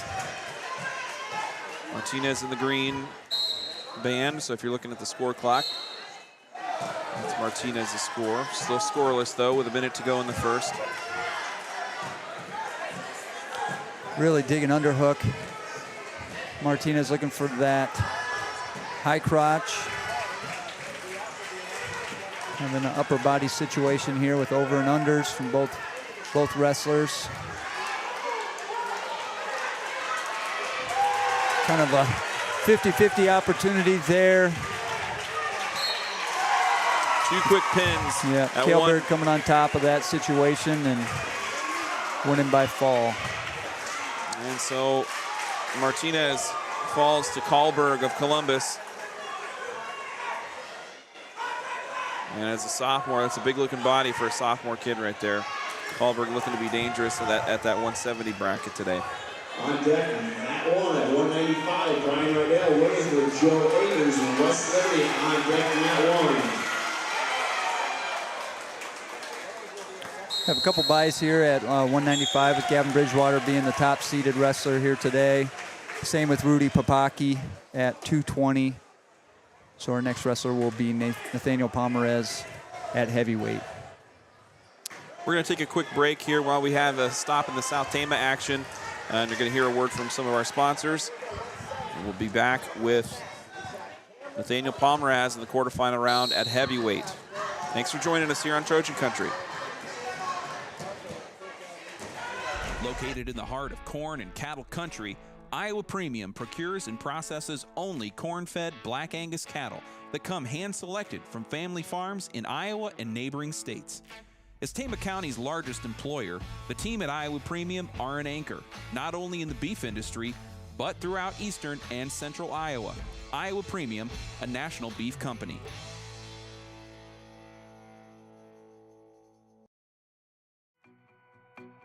Medicap Pharmacy in Toledo offers free medication packaging and free delivery to surrounding areas. With convenient drive-up service and hours on Saturday morning, Medicap Pharmacy is always there for you. Visit with pharmacist Derek Townsend and his team by calling 484-6198 or stop by their location across from Fairway in Toledo. Medicap Pharmacy, locally owned and expertly operated. Sharn Weber's in Toledo serves central and northeast Iowa with the latest in heating and cooling systems, water softeners, plumbing and electrical installation, as well as expert service and repair. As a family-owned hallmark business from the South Tama community, Sharn Weber's is proud to support Trojan spirit on the field, on the stage, on the court, or in the classroom. When the job needs done, call Sharn Weber's at 800-542-7980.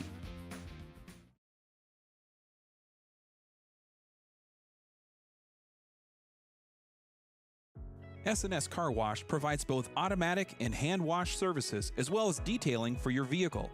S&S Car Wash, your local car wash destination with convenient locations in Toledo and Tama.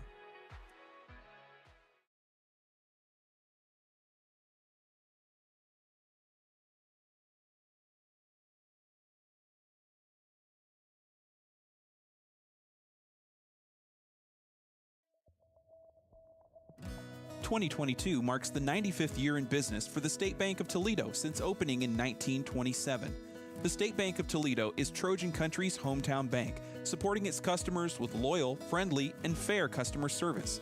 With 2 convenient locations, a full-service investment center, 24-hour ATM service, and online banking, you can't go wrong making State Bank of Toledo your financial services choice. Member FDIC, Equal Housing Lender.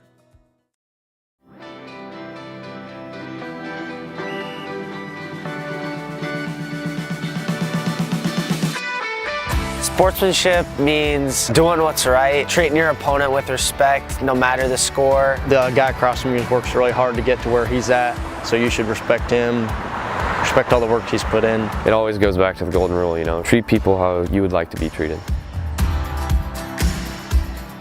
I'm sure if you play sports, you've been around people who are unkind during the sport, but it makes it better when everybody's kind. You're out there playing a sport, you're out there to have fun.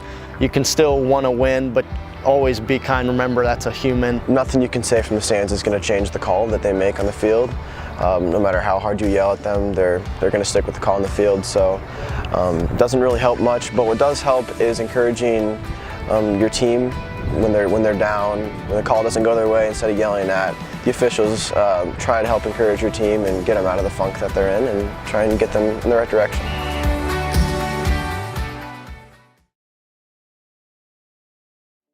Cruzy Phillips Funeral Home in Tama is locally owned and operated, serving Tama, Toledo, and the surrounding areas. Cruzy Phillips offers both traditional and cremation services at the time of need, as well as pre-planned arrangements that give you and your family peace of mind. Through competent professionalism, the staff at Cruzy Phillips Funeral Home serves families with compassion and respect for their needs and wishes. That's why they offer services with unique options and attention to every detail. Obituaries and funeral home information can be found online at cruzy-phillips.com or by calling 641-484-3400.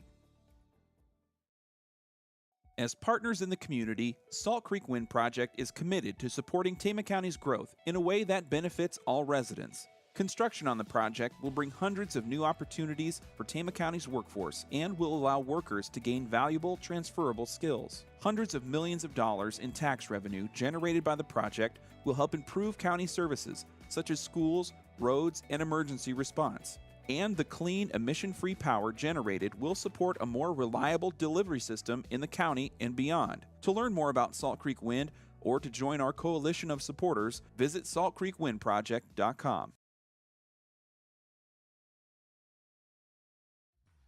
Marquest Law Office in Toledo is a proud Trojan Country sponsor and supporter of STC activities. Attorney Mike Marquest and the staff at Marquest Law Office are here to help during life's most challenging moments. The attorneys at Marquest Law specialize in a variety of areas, including family law, criminal defense, real estate, and civil litigation. With a growing staff of legal professionals, there's a good chance Marquest Law can handle your case. Marquest Law. We care, we listen, we can help. Call 641-484-1001 or visit tamalaw.com for more. If you believe in capturing meaningful moments, you've made it to the right place. The Farmer's Daughter Photography and TFD Films are a proud supporter of Trojan Country and South Tama County activities. Located near Conrad, the Farmer's Daughter Photography and TFD Films offer an array of photo and video services, including family photos, newborns, kids and seniors, weddings, and commercial media. Check them out on the web at tfdphoto.com or on Facebook and Instagram to learn more. Trojan Country fans, come on down to The Pump, Tama, Toledo's #1 bar and grill. Located in downtown Tama at 218 West 3rd Street, The Pump serves up cold drinks, a warm atmosphere, and an amazing lunch on the regular. Check out the Tama Pump on Facebook for regular lunch and drink specials, as well as details on their latest events.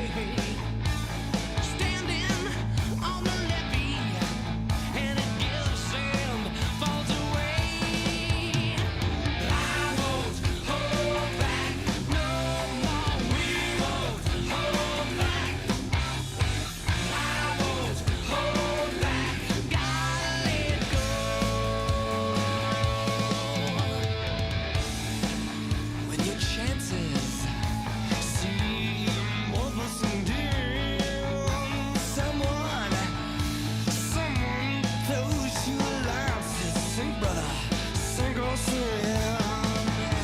You swim all night, you float all day, telling yourself there's got to be some other way. I won't hold back no more. We won't hold back. I won't hold back. Gotta let. We won't hold back no more. We won't hold back.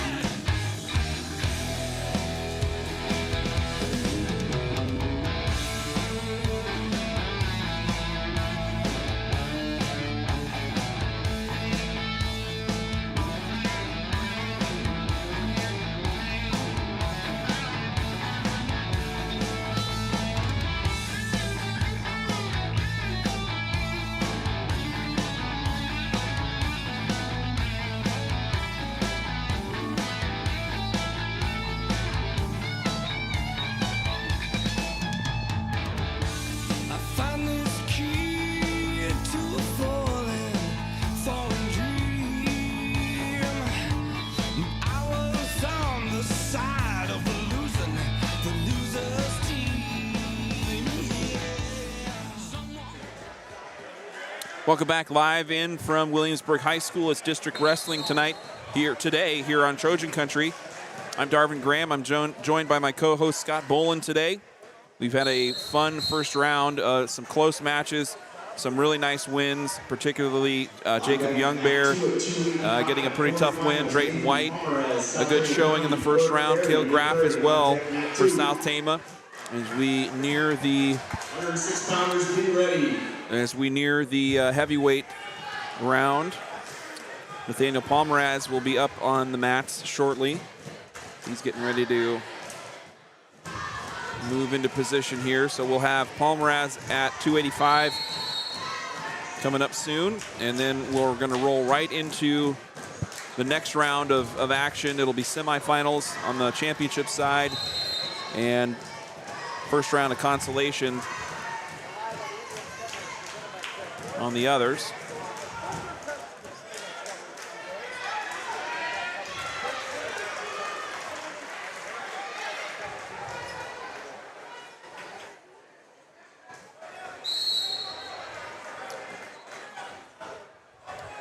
A little bit of upset in 195-pound bracket. Leadington of Eddyville-Blakesburg knocks off Bartels of Tipton.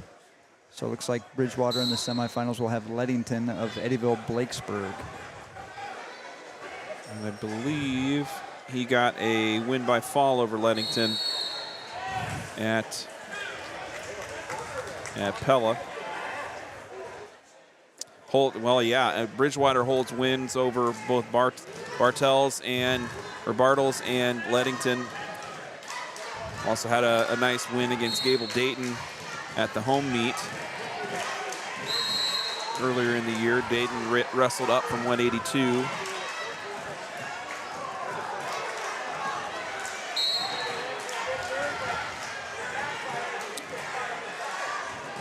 Palmeraz.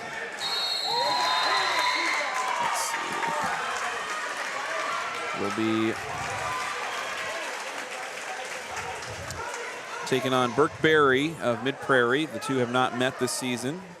The winner will advance to take on Skylar Young, the top seed from Eddyville-Blakesburg-Fremont. Final round, 106, Lincoln Trot, Williamsburg, Cale Graff, South Tama County. And before we get to Palmeraz, we're going to go to 106. Consolation matches will be. Well, I think we are. No, wait. He's just calling, excuse me. So. Yep, Graff's in the hole on mat 1 against Schropp of Williamsburg. So we're going to go up on deck now. On deck, okay. Up on deck.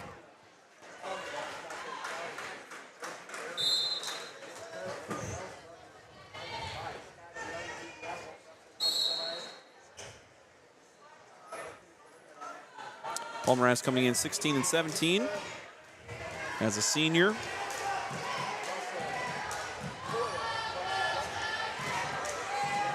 Has not seen Skylar Young yet.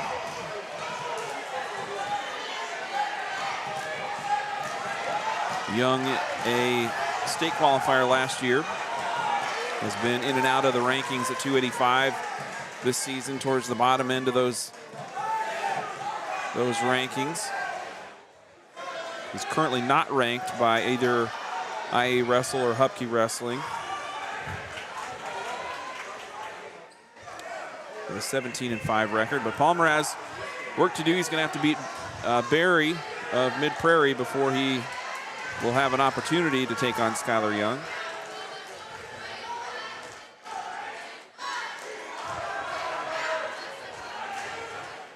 So up on your screens right now, we are watching Kai Malone of Columbus taking on Cole Kime of Tipton.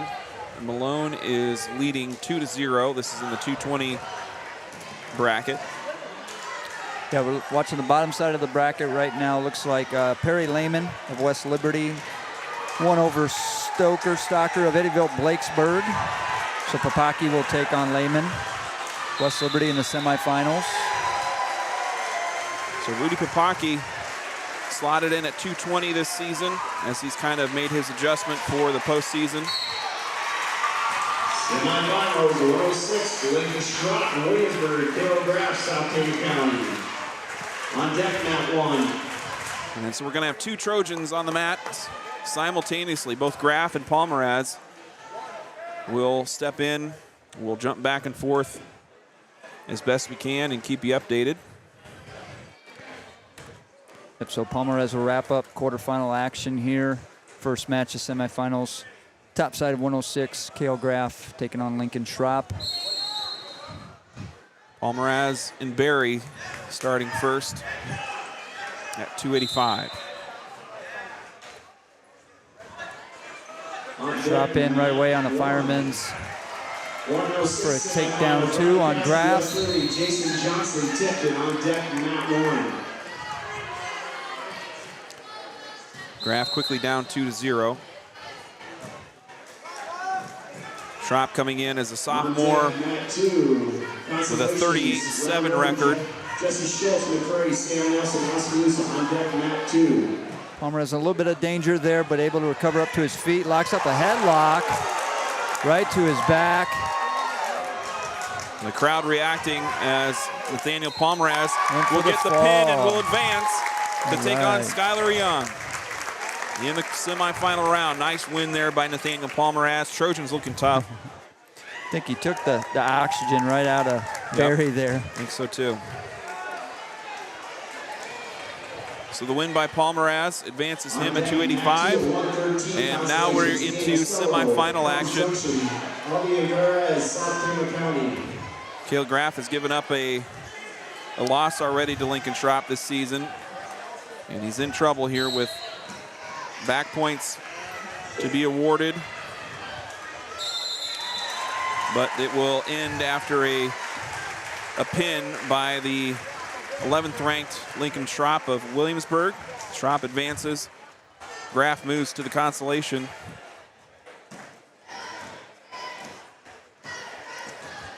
So yeah, Graff will drop down to the consolation semifinals. Still has an opportunity. He's got to win that match. Then the next match for third. As long as Schropp wins his title match, he could have a possibility at a wrestleback for a true second. Kind of that situation where it's a little bit out of your control. You know, that staying on the front side, you're in control of your destiny. Backside, you got to win your matches, and then also, you know, rely on whoever beats you in the semifinals to go ahead and win in the finals. But a good position. If you want to be in this position, you like to have the 1 seed, and a pretty strong 1 seed is the only ranked wrestler in this bracket coming out with Lincoln Schropp. So hopefully. Definitely just a mental, emotional roller coaster in this. You know, you think you're to the finals, you think you're to state, you know, not necessarily yet with that true wrestleback. So it definitely makes it for exciting wrestling.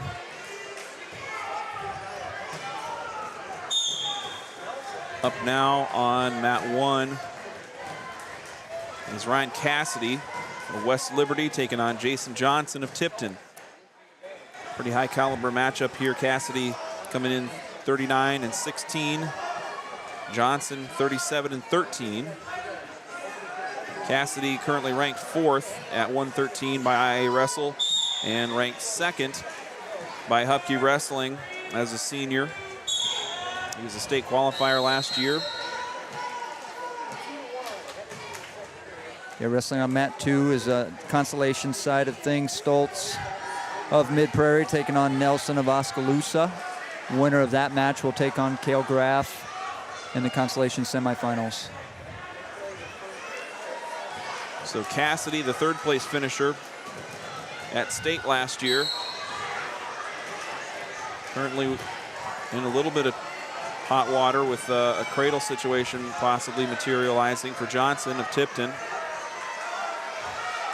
Big 106 pounder. Yeah, absolutely. And the upset by Johnson. Cassidy goes down, and Jace Johnson will advance.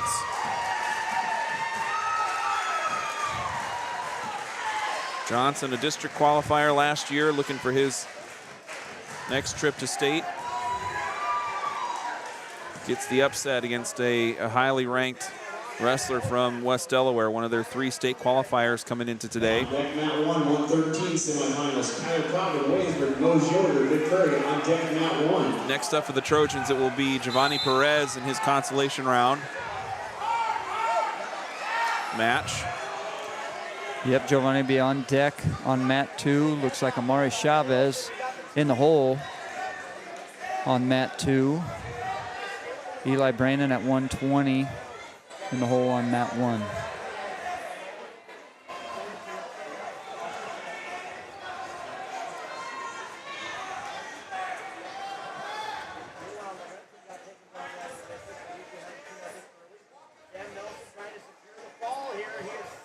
And so Perez set to take on Ian Estudillo of Columbus Winfield Mount Union.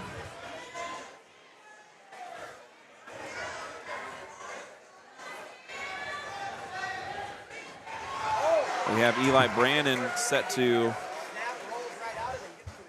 come up on the mats within a short period of time as well too. So plenty of South Tama wrestling in the short term. Just some general thoughts from you, Scott. How do you feel about this South Tama group that's headed into the semis? How do you feel like that performance was for South Tama in this first round?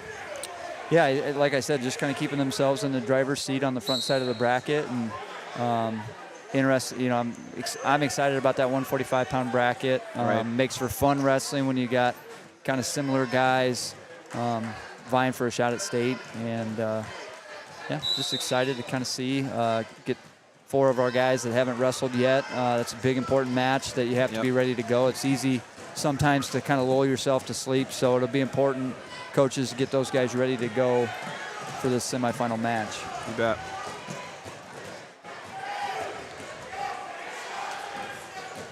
Definitely kind of interesting. I feel like it's more of an individual tournament field than maybe sectionals and districts traditionally have been. Yeah. Which I think is okay for our, for the wrestlers, just to kind of that normalcy. Districts, that first match, you got to be ready to go. Right. You have, as far as in the past districts. So it's such a bottled thing in the past where it was just those 2 rounds and everything was very condensed and pretty heightened. Yeah. A little more room to breathe. Just fan-wise, a little bit lower key that first round. Yep. See the semifinal probably get a little bit more exciting, a little more intense from the fan perspective. And we've seen some exciting matches yet too. And you spoke to the 145-pound bracket. There's some brackets that, on paper the records are in the middle of things as far as wins and losses, but that parity has allowed for some exciting wrestling and some opportunities where there wouldn't have been last year possibly. So yeah. Yeah, and really, it does make the season a week longer for all of our guys. True. If they're getting beat out at sectionals and not necessarily wanting to continue. So you get another week of wrestling and coaching. You think with our younger guys, developmentally, that's a good thing. Mm-hmm.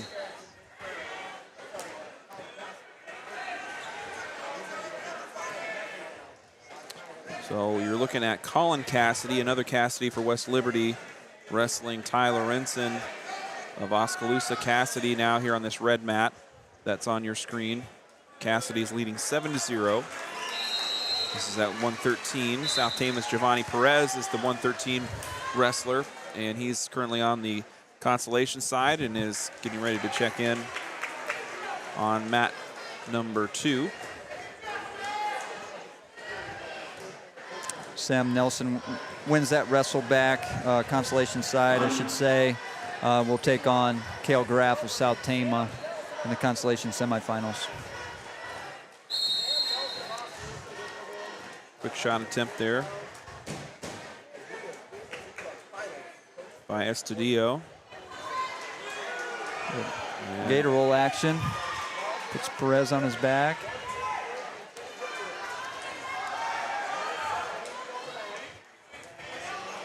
And you're seeing a junior taking on a freshman here, and you can really just see the difference physically.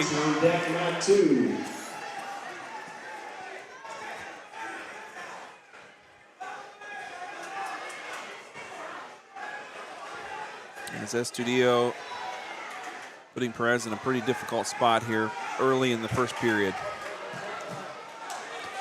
Yeah, it's tough when you got that double chicken wing, both arms stuck. Estudillo gets the fall over Perez.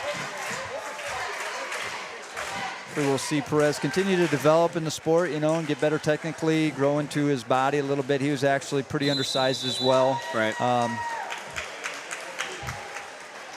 Weighing in, I think, around that 106-pound weight class.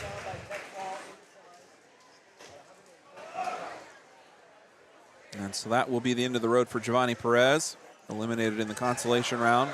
Next up for South Tama at 120 will be Eli Brannon. Brannon currently on deck. We'll take on 5th-ranked Gavin Jensen of Williamsburg. Mikhail Bear.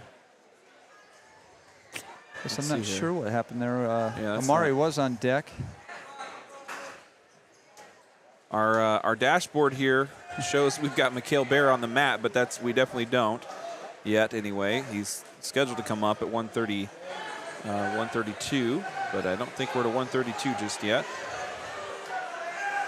So yeah, they kind of skipped over. I guess I'm interested to see, you know, a thing that I guess teams could have done is forfeited to Bear and Chavez.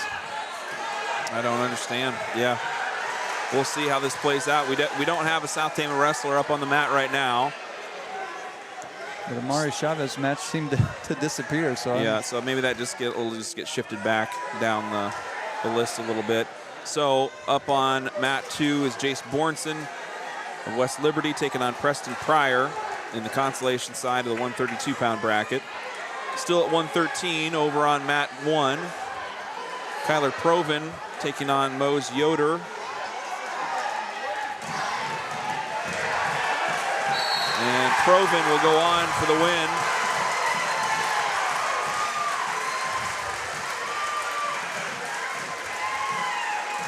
I believe that will bring up Eli Brannon versus Gavin Jensen of Williamsburg. Yeah, they must have reshuffled. One mat was maybe getting a little bit ahead. Yep. So they had to reshuffle matches. Now wrestling on mat 1, Gavin Jensen, Williamsburg, Eli Brannon, South Tama County. According to track, we'll have Mikhail Bear up on mat 2. Semifinals, 120, Tice Scorpel, Columbus Junction, Landon Davis. We don't have any wrestlers out yet, so we'll just a temporary pause here as everybody's getting themselves situated. Looks like we will have Brannon, though, against Jensen. Jensen was a state qualifier last year. Took an injury after the first round and was unable to continue after that. So a redemption story arc a little bit for Jensen, trying to get back to state. Eli Brannon, a district qualifier last year, would be his first trip to state should he advance. But he's got the 5th-ranked wrestler at 120 in front of him here in this semifinal round. The two did not face off earlier in the year. at least by my last look. Here's Jensen with an early shot. Able to cut that corner and lock up a cradle.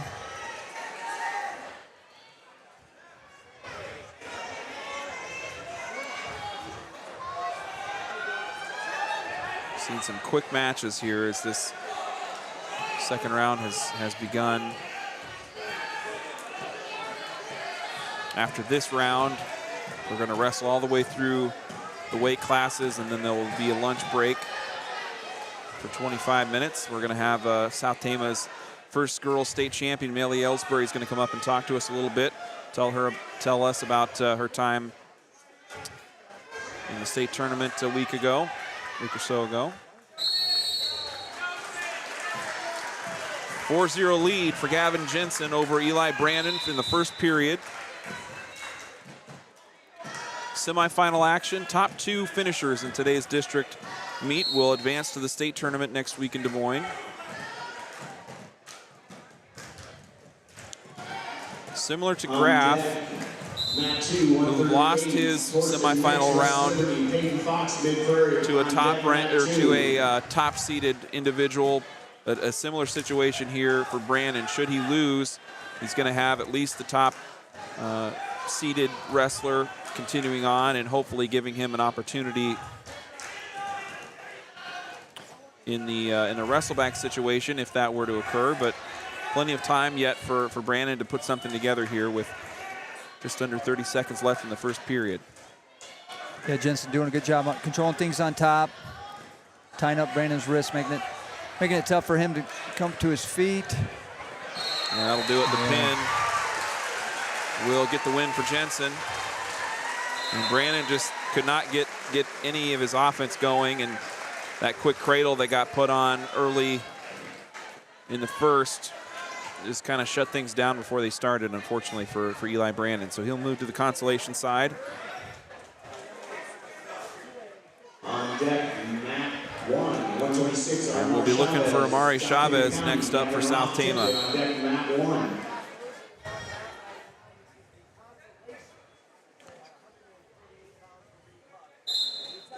So Chavez will take on Gavin Roth of Tipton in the semifinals. Chavez coming in as the top seeded wrestler at 126.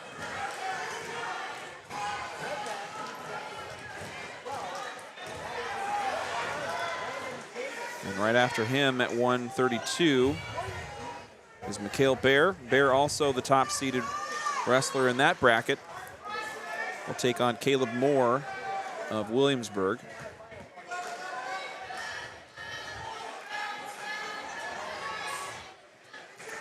Yeah, I think they kind of continue to shuffle things around a little bit just to try to keep the weight class close together, so wait time between matches is similar. Just a little bit different format than we're used to.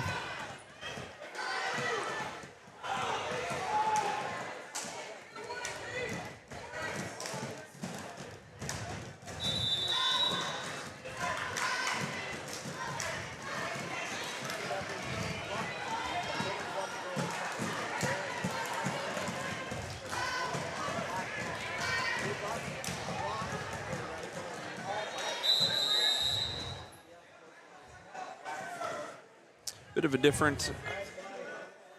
of a different look at the district meet this year, or the postseason, I should say. South Tama has kind of gone to a more of a central Iowa direction in the last few years. We've seen it's been a lot of East Marshall, Union, Grinnell, and this year the Trojans getting an opportunity to kind of head a different way.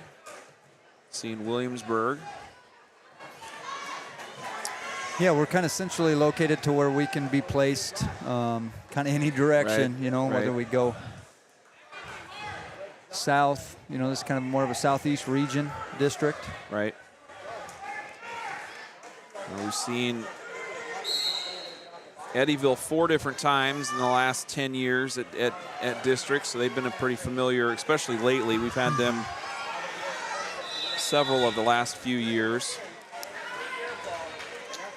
And we don't see Grinnell this year. We've seen them 7 of the last 10 years, and they're headed a different direction today.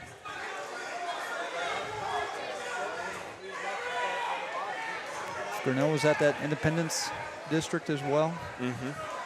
Kind of interesting. A little bit further drive for them than us, but we'll take it.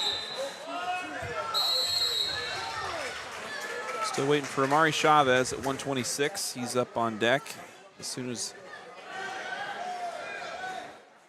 We definitely have a competitive semifinal match here on mat 1.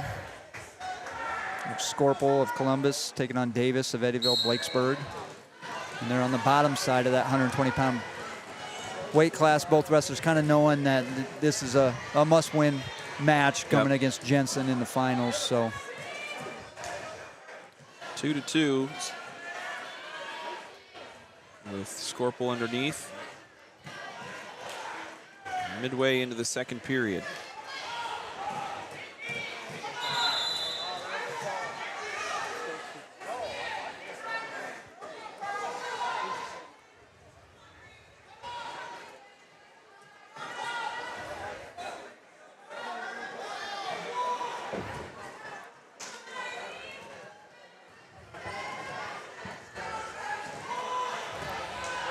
Not much action from Davis on top. Scorpel gets to his feet. A good scramble. Davis flattens him out pretty efficiently. 2 back points for a 4-2 lead.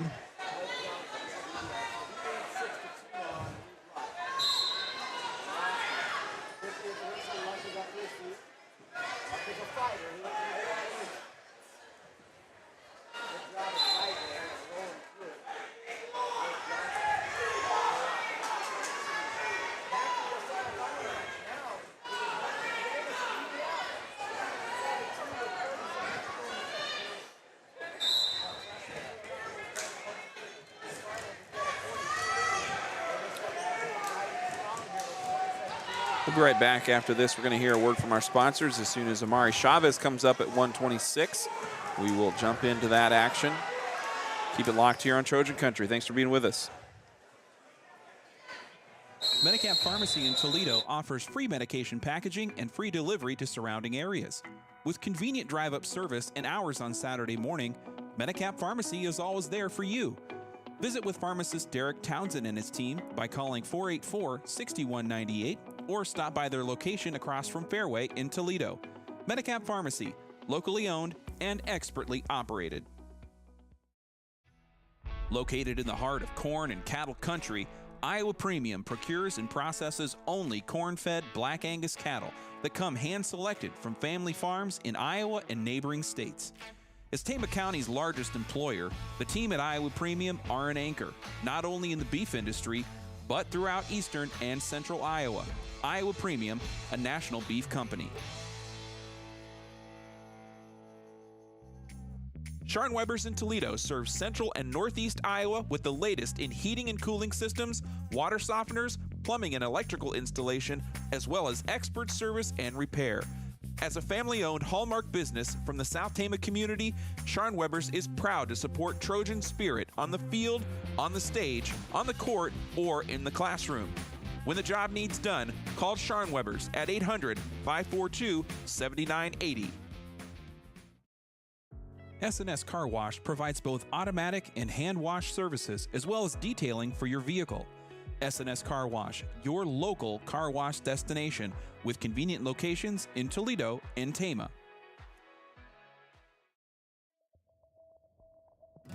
2022 marks the 95th year in business for the State Bank of Toledo since opening in 1927. The State Bank of Toledo is Trojan Country's hometown bank, supporting its customers with loyal, friendly, and fair customer service. With 2 convenient locations, a full-service investment center, 24-hour ATM service, and online banking, you can't go wrong making State Bank of Toledo your financial services choice. Member FDIC, Equal Housing Lender.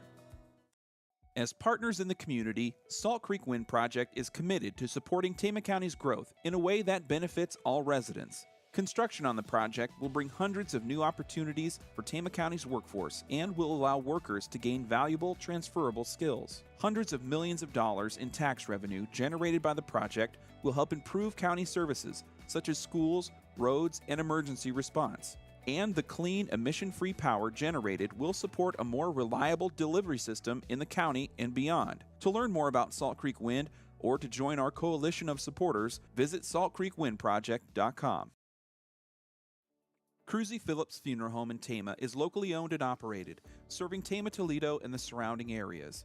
Cruzy Phillips offers both traditional and cremation services at the time of need, as well as pre-planned arrangements that give you and your family peace of mind. Through competent professionalism, the staff at Cruzy Phillips Funeral Home serves families with compassion and respect for their needs and wishes. That's why they offer services with unique options and attention to every detail.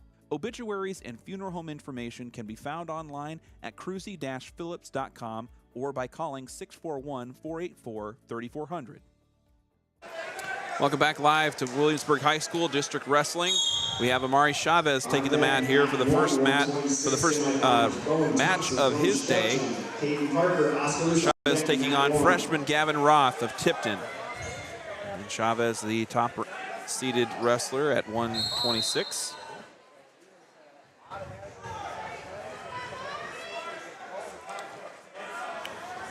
Chavez in on a leg right away. Start the match. Able to secure 2 points.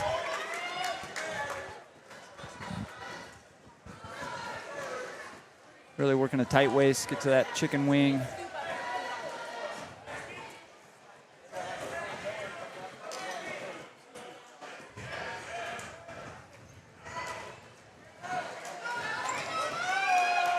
Able to run that wing over and getting some back points. Strong work here by Chavez in his first match today. Moving a bigger body in Roth and doing it pretty efficiently so far. And we got a blood timeout. We'll stop the action here on mat 1.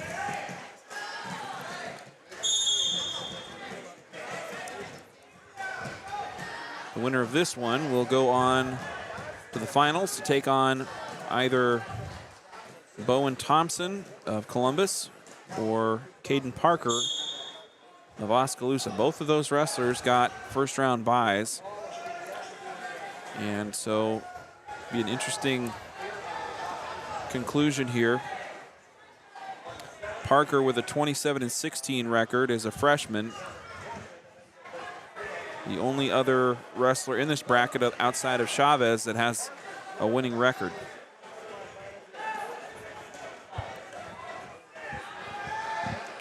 They're definitely one of the smaller brackets of the day.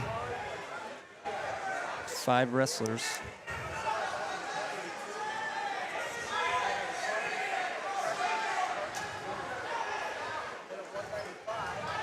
Over on the other mat, in the consolation side of things, at 138, it's Torsten Nixt trailing 2-1 to Mid-Prairie's Peyton Fox. It's 138 consolation. South Tama's Mikhail Bear will be up next for STC, so we will keep it ready to go. And we should have back-to-back-to-back wrestlers all the way through this round here. Yeah, I think we'll miss a few on the backside, consolation side, a few buys. Okay. I think at a couple of the weights.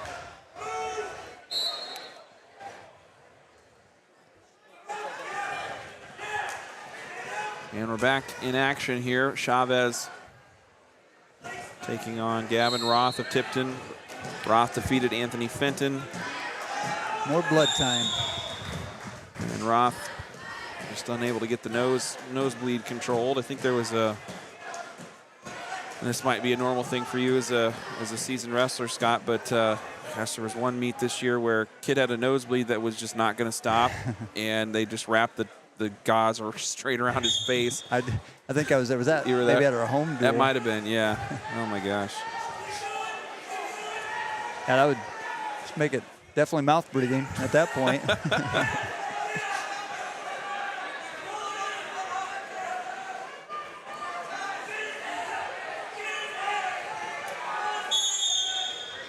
And so we wait for continuation of wrestling at 126. Gavin Roth getting attended to.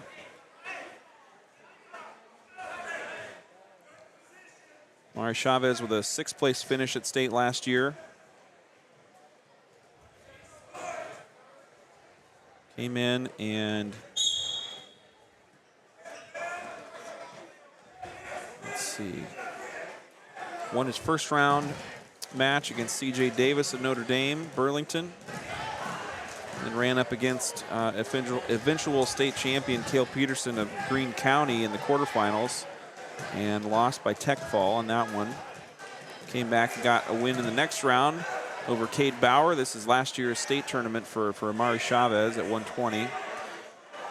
Got a 7-1 decision win over Bauer of Sioux Center in the next consolation round. Got another win in the 3rd consolation round over an opponent from Gowrie. Got a pin in that one. And then took 2 losses to finish out his state tournament, but a place winner finish nonetheless. A nice accomplishment there as a sophomore, and here he is as a junior. Back in action against Gavin Roth in the semifinals. Today's district meet. 5-0, Chavez's lead. He's been in control so far.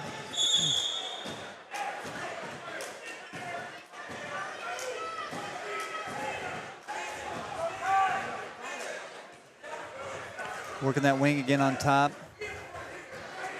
Able to suck that back to his, put Roth on his back. About 10 seconds.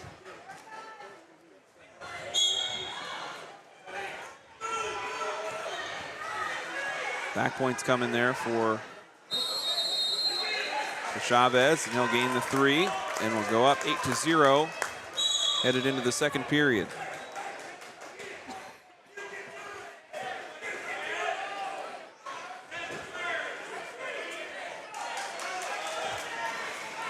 Roth taking neutral.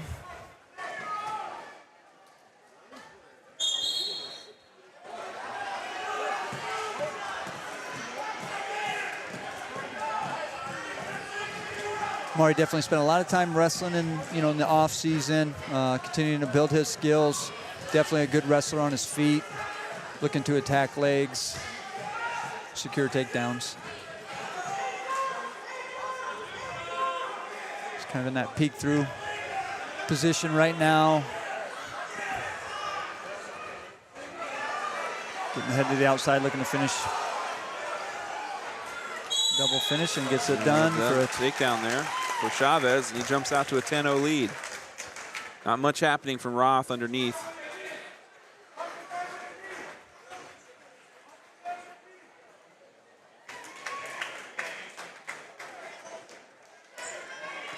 Mari working a cross face to a cradle. Looks like he does have his hands locked. Look to take him over here if he can.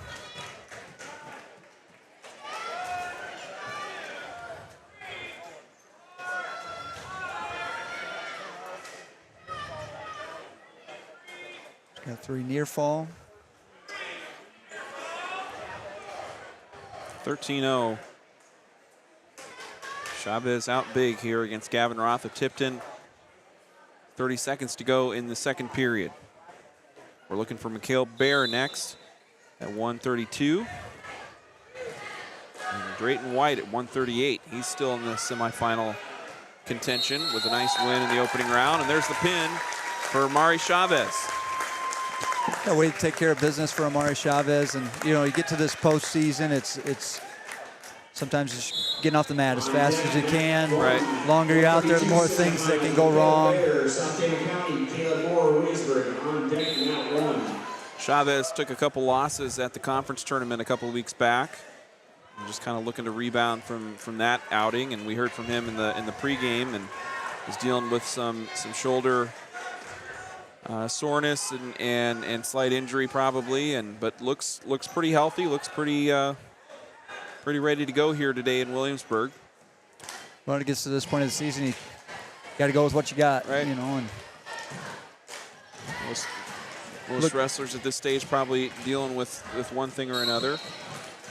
Yep, definitely a long grind. You know, and sometimes you get to this point of the season and kids are almost ready to be done wrestling. Yeah. Now up on the mat on mat 1, it's Bowen Thompson of Columbus taking on Caden Parker of Oskaloosa. This is semifinal action at 126. The winner will take on Chavez in the finals.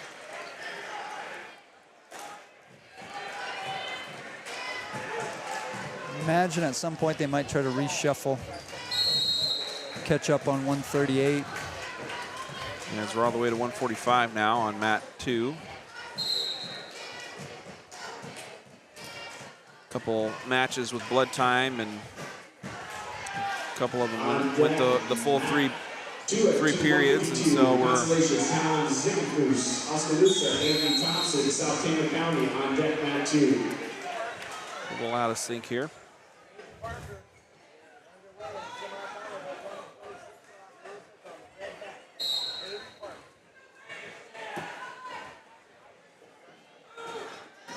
On deck is Mikhail Bear on mat 1 here, so we'll see Bear as soon as the conclusion of this Thompson-Parker match in the semifinals of 126. Also on deck is Jacob Youngbear at 145 in the semifinals. He's looking to take on Luke Abramson of Oskaloosa. But before that, we've got Brett Santiago and Wyatt Lashmitt. Santiago of Williamsburg, Lashmitt of Tipton. They're on the other mat, on the black one.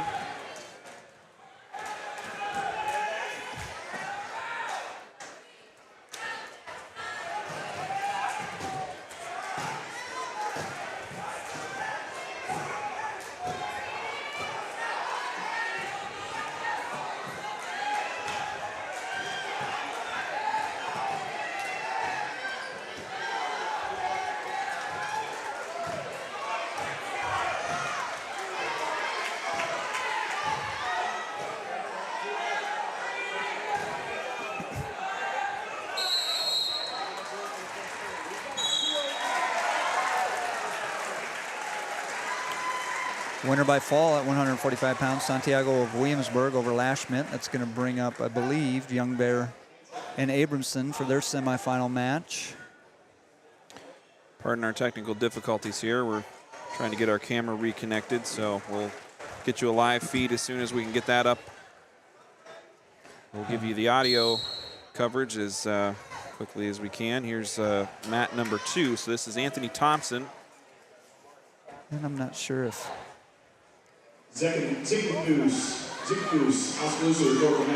Thompson in his, I don't know, they're moving things around here. So track wrestling's not quite following what we're seeing on the mats.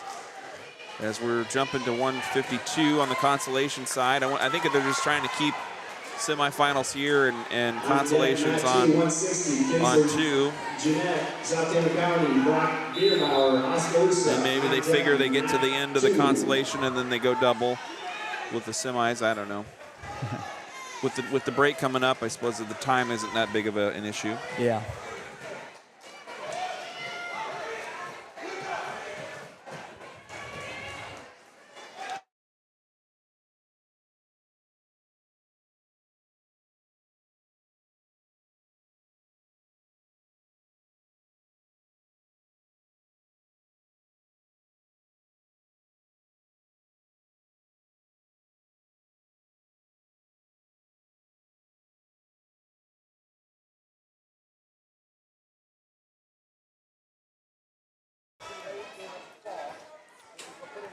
Thompson trailing 4-1 against Abramson, or excuse me, no.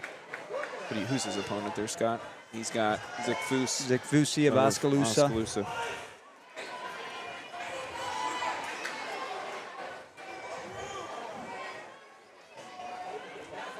This is consolation round action.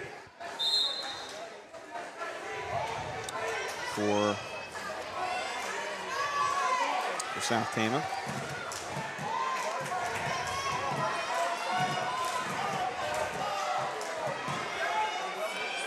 Thompson working off his back here.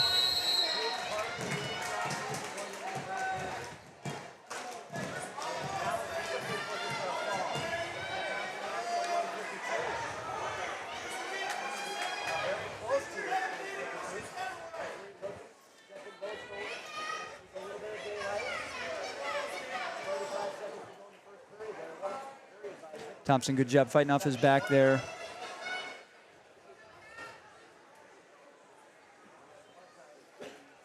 Still in a dangerous position here with Sigfus controlling things.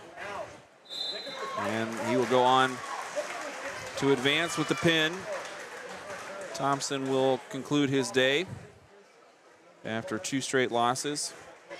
But a nice effort there by the underclassmen, having to step in the last minute. We're still waiting for Mikhail Bear at 132 and Drayton White at 138 as consolation matches continue. This one's going to be Kinzer Jeanette for South Tama.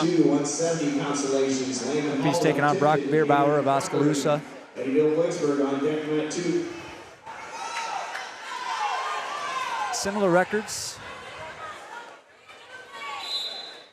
And both underclassmen. Doesn't look like they've seen each other this year.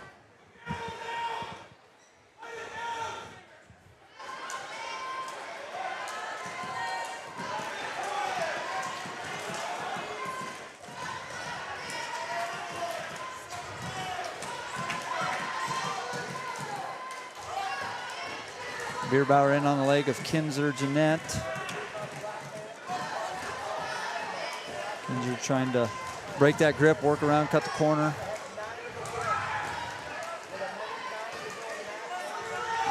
Bierbauer finally gives up the arm there. 2 points awarded to Jeanette on the takedown.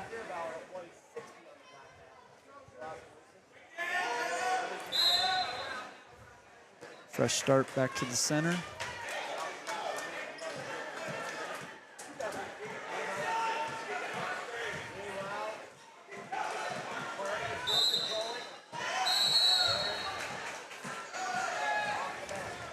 Escape there for Bierbauer, back to neutral.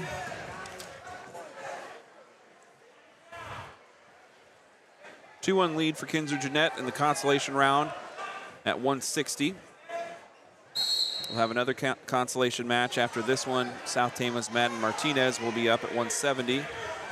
Or at least, well, tell me, is he? I think he has a bye. Does he have a bye? Okay. Yep, I think him and Marcus Bear. Okay. So we won't see them until after the lunch break.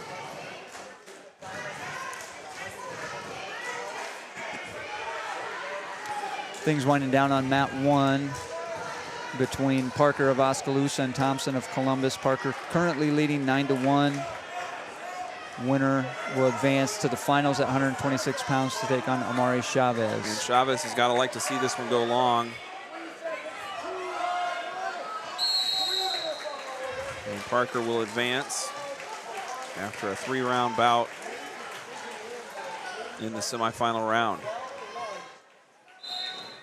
And finally, we get to 132. Mikhail Bear waiting over 2 hours since the start of this thing to just get on the mat today, and here's his first look. Kinzer over on mat 2, heading into period 2. Bierbauer of Oskaloosa chooses down.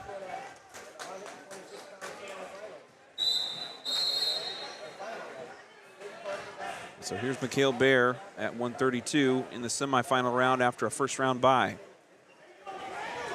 Quick takedown for Mikhail Bear. He's taking on Caleb Moore of Williamsburg.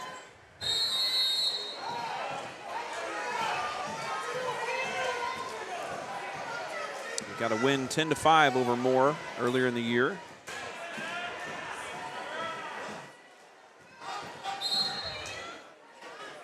Should be a confidence booster going into the semifinal match here. Cross wrist tilt, didn't get any back points. Good pace here by Bear as well. He's been pretty aggressive. Common theme for Mikhail Bear definitely comes out. sets a high pace.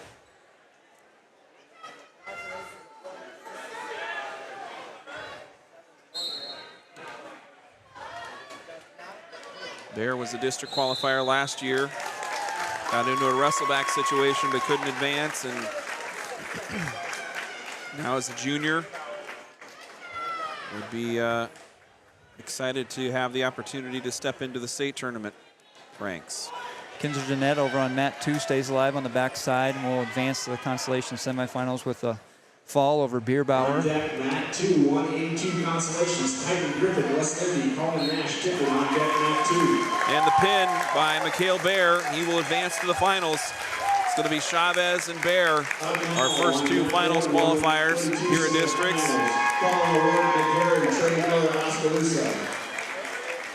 And Bear gets a good reception from the South Tama crowd here. Tipton, Drayton White, South Tama County.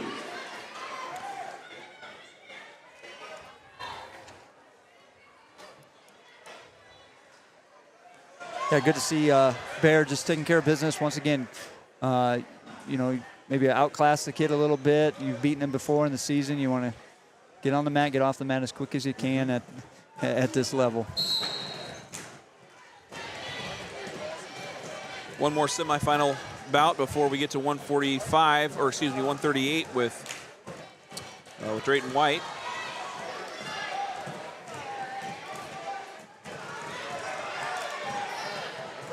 And on the semis here at 130, 132, we've got Colin O'Rourke taking on Trey Miller of Oskaloosa.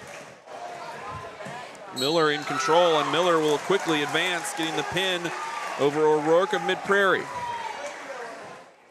So Trey Miller will see Mikhail Bear in the finals. The 2 did not face at the Pella meet. On deck, mat 1, 138 semifinals. Cale Phillips, Columbus Junction, Niles Sin, Williamsburg on deck, mat 1. And now we move to 138 with Drayton White, the junior for South Tama.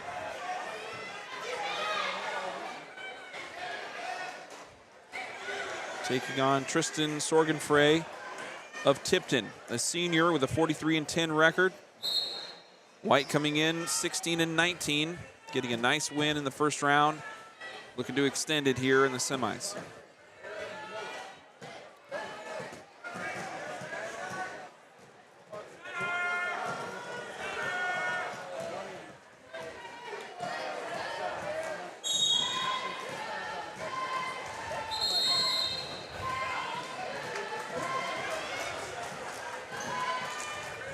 Similar body type to the first round opponent Drayton White had from Eddyville-Blakesburg.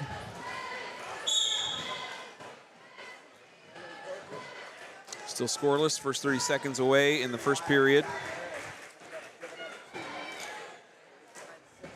In a pretty wide open bracket, both wrestlers have to be a little cautious trying to make the most of their opportunity here.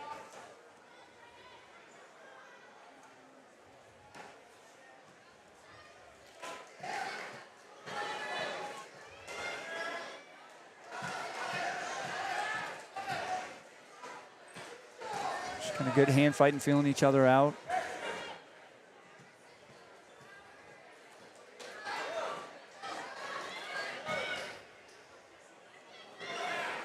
White doing a nice job moving things forward. A shot there by Sorgenfrey. Well defended. White's going to have to get on some offense here. Keep the official off his back for stalling.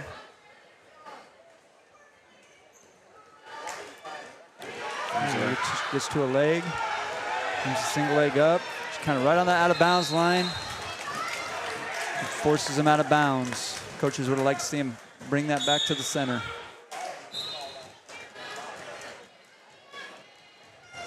.18 seconds left in the first period. Still scoreless in the semifinals at 138. It's Drayton White and Tristan Sorgenfrey of Tipton.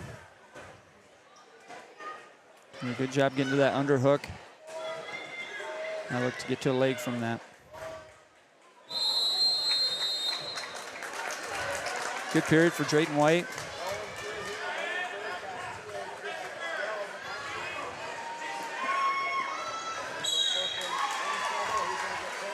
we go to the second.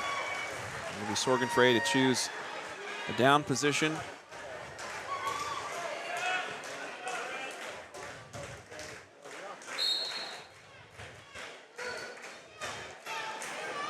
White tries the throw. And a takedown. Here's a reversal up, but does a good job getting back to his feet. The reversal for White. Reversal plus a locked hands violation, so 3-point move in essence will give him a 1-point lead. Wow. Doing Great a good job. I think he's wrestled two wrestlers that are pretty good wrestlers on top, and he's doing a good job when he gets on bottom, getting right to his feet. Does give up a reversal there. 1-point lead now for Sorgenfrey. Midway through the second period. Winner advances to the finals here at the district meet in Williamsburg.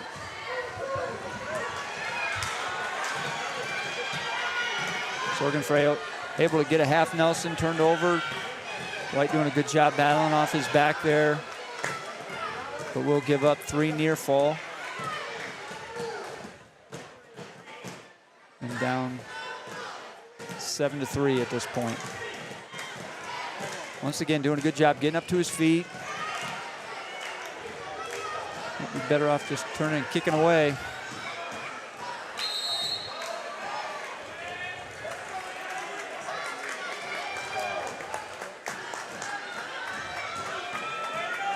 Out of bounds the call, and we go back to the middle with 39 seconds on the clock.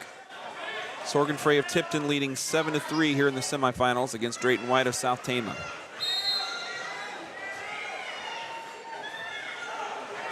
Good job once again, coming up to his feet.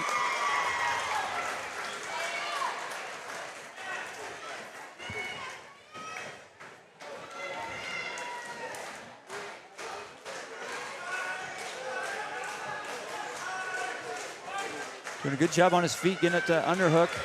Gives up the takedown there. Just good solid double leg from Sorgenfrey. Final seconds of the second period. Drayton White trailing by 1. Anybody's match here going into the final and third period. Say they awarded those points wrong. It should be, I think, 9-4. Okay, well. There you go. A little bit bigger deficit, but hey, still wrestling well. One thing I like about Drayton White when I watch him wrestle is just stingy. He doesn't give up a lot of position. So he's never out of a match.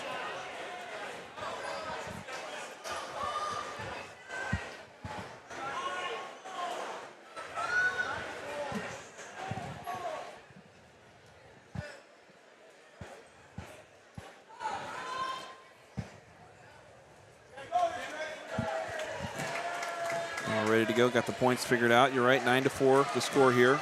This is the last consolation match on the black mat. We'll work semifinals over to the White likes to go neutral. I like to see him just continue to go for the leg attacks. Sorgenfrey kind of has that wide open double. Gets behind. If he returns him here to the mat, he'll get 2. Quick 2. Nice. Locked hands.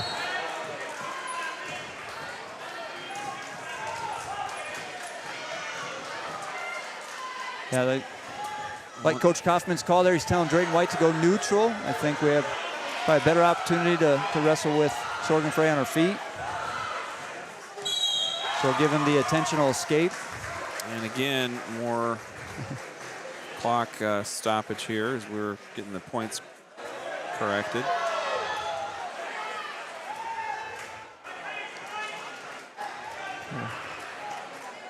We're going to move to 2 mats of semifinals. Mat 2, 145 semifinals up right now. Luke Abrahamson, Oskaloosa, Jacob Youngbear, South Tama County. Up on mat 2 right now.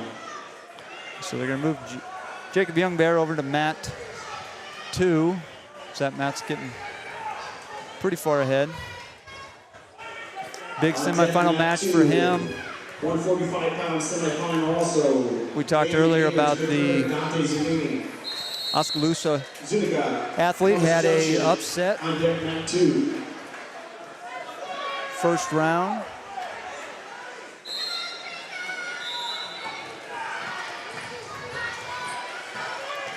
Still 6-11 over on mat 1. Drayton trailing Sorgenfrey. Tipton. Action starting over on mat 2 with Young Bear and Abramson from Oskaloosa. Young Bear in on a leg of Abramson. Looking to cut across and finish in a double leg situation. Abramson doing a good job keeping his hips back, battling back. White gives up another takedown on mat 1 there. Continuing to come up to his feet, continuing to battle. Here's your first look at Young Bear over on mat 2, getting started his semifinal match.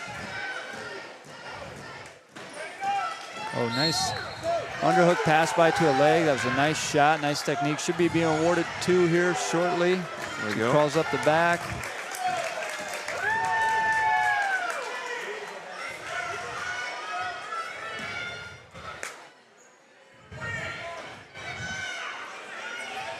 Short time remaining in Drayton White's match. He's going to run out of time here. And so Drayton White will take the loss to Tristan Sorgenfrey in the semifinal round. A tough wrestled match by White.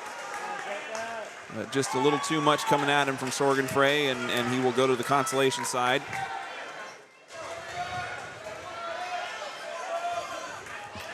We'll keep it locked at 1:45 here. South Tama does not have a semifinalist again until 1:95. Short time here left in the first period. On deck, Matt. Young Bear's done a good job on top.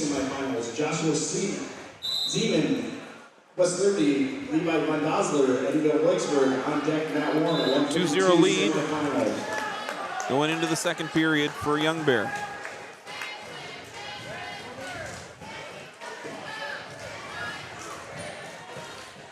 Abramson defers to Young Bear. Young Bear's going to stay on his feet.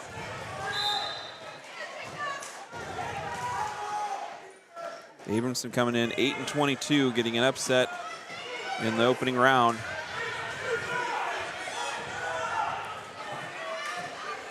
Continues to wrestle underneath.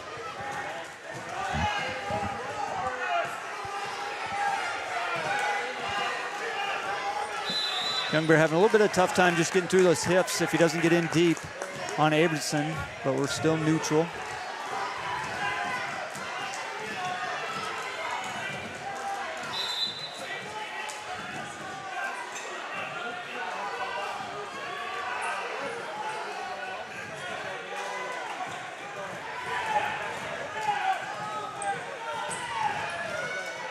Thought about a shot there to the leg, but nothing happening. Crowd reacting to mat 1. Takedown there by Niall Sin at 138 over Cale Phillips of Columbus Westfield Mountain Union. Abramson in on a shot.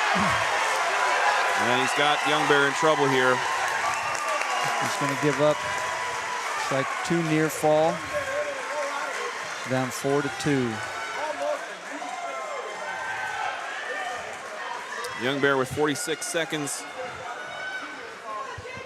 He's looking to the clock, trying to put his game plan together here. Is kind of have to, the mentality really has to shift. When the match shifts, you gotta be able to shift your thinking with it. Yeah, it's really just get to your feet, get back into a good position here. Look to score the next point. Doing a good job on bottom. With low pressure there by Young Bear, and he comes away with a takedown.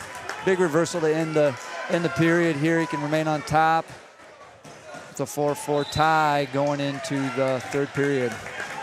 Crucial points there by Young Bear at the end. Beer Bear's choice.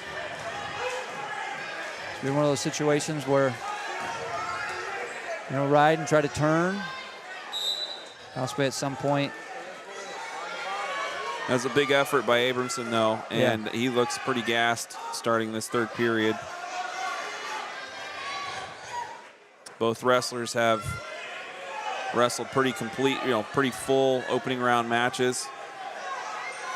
Tough road ahead here with one more round to go.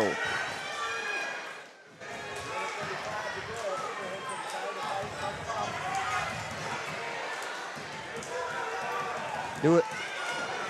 Looking to run a butcher, not quite there. But with a tie score, Young Bear's got to put something together, and it's gonna give Abramson an opportunity to react. It's not like he can just ride him out, but he can ride him out if he wants to. But I'm sure coaches are debating a little bit right now, just kind of what's the best. Gave up a takedown last time they were on their feet.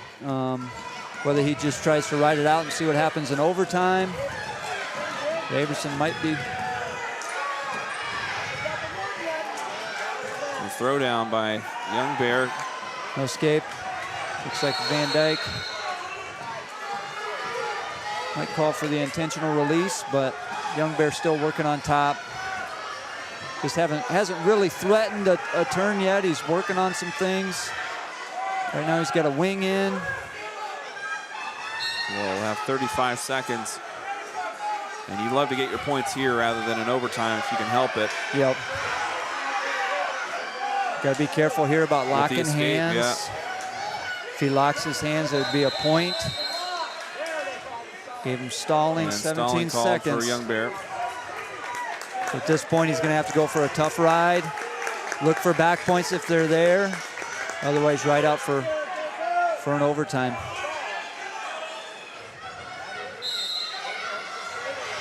$15 seconds. Semifinal, final round. Jacob Young Bear and Luke Abramson of Oskaloosa. Winner goes to the finals.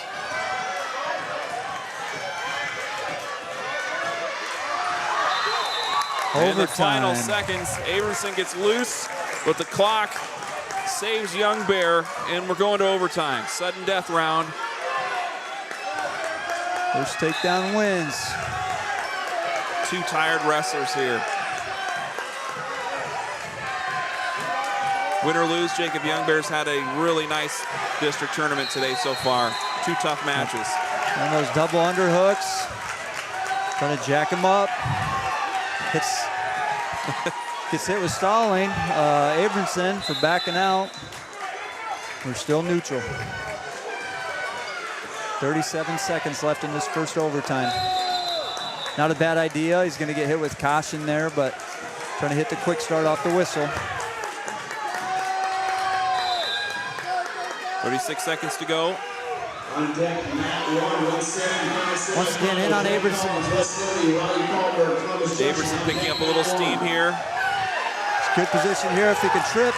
And the throw, and he's got it. Jacob Youngbear with a big win. Moving on to the finals. Once again, put himself in the driver's seat. Opportunity to go out and win in the finals, but he's one match away for sure to the state tournament. Wow.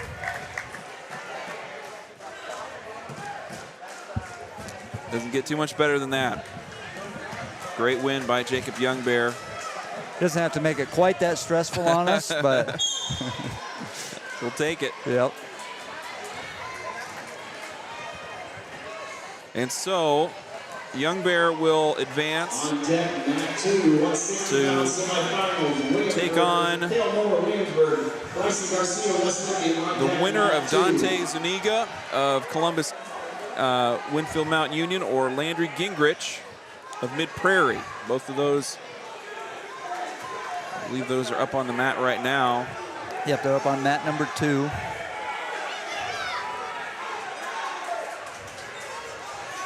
And it's Zuniga leading 2-0 in the opening period. But they're still 0-0 right now. They're still neutral. I think Miller over on mat. Oh, okay. 1 is up 2-0. We got two blue singlets and two black and yellow ones. All right, so here's Zuniga and Gingrich.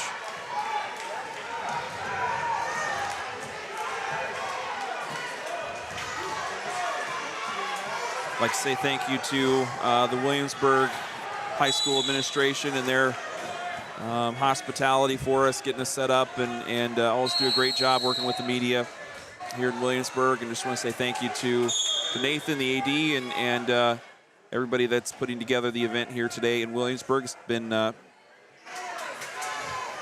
smooth sailing so far, and we definitely appreciate all the help.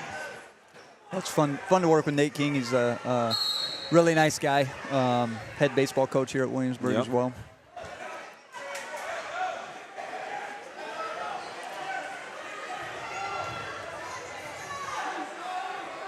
So coming up next for South Tama will be the last two semifinal matches. It'll be Gavin Bridgewater at 195. We're still at 152 and 145 right now on the mats. So a little bit of time to go before we have Bridgewater at 95 and Papaki at 220. Two more wrestlers that have waited quite a while to get on the mat. Down at 195, just to preview things a little bit. Gavin Bridgewater coming in 33-1. State finalist last year will take on Stryker Leddington of Eddyville-Blakesburg-Fremont. He comes in with a 14-12 record as a sophomore. Got the win by fall over Braden Bartles of Tipton in the opening round. On the bottom side of the bracket, Terry Bordenave of Mid-Prairie. He's the 2 seed with a 25-5 overall record. He's a senior. Brian Rydell also in that bracket for Williamsburg. Rydell 27-12. So that's the kind of picture at 195. And at 220 for Rudy Papaki. He comes in the 1 seed. He'll take on Perry Lehman of West Liberty. Lehman, a record of 14-30, got a win over Caden Stocker of Eddyville-Blakesburg-Fremont in the quarterfinals. Should Papaki advance, he could face either Kai Malone of Columbus WMU or Gavin Vesey of Williamsburg.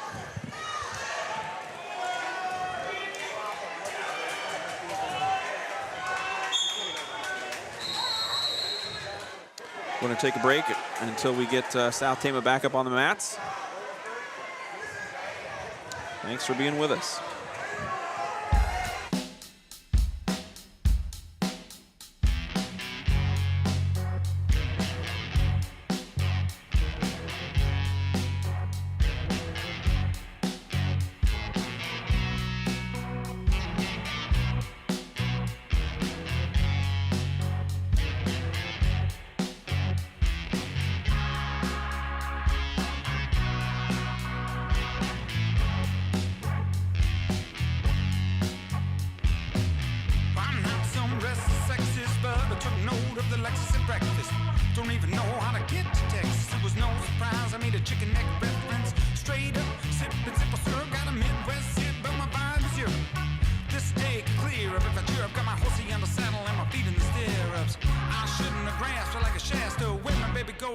I should have asked her faster.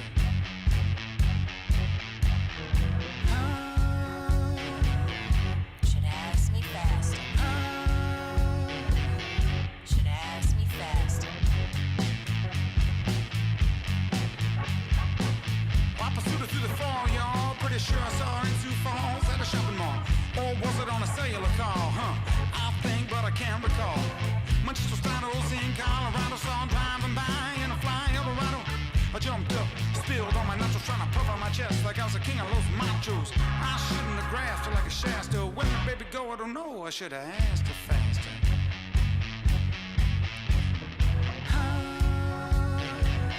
Should have asked me faster.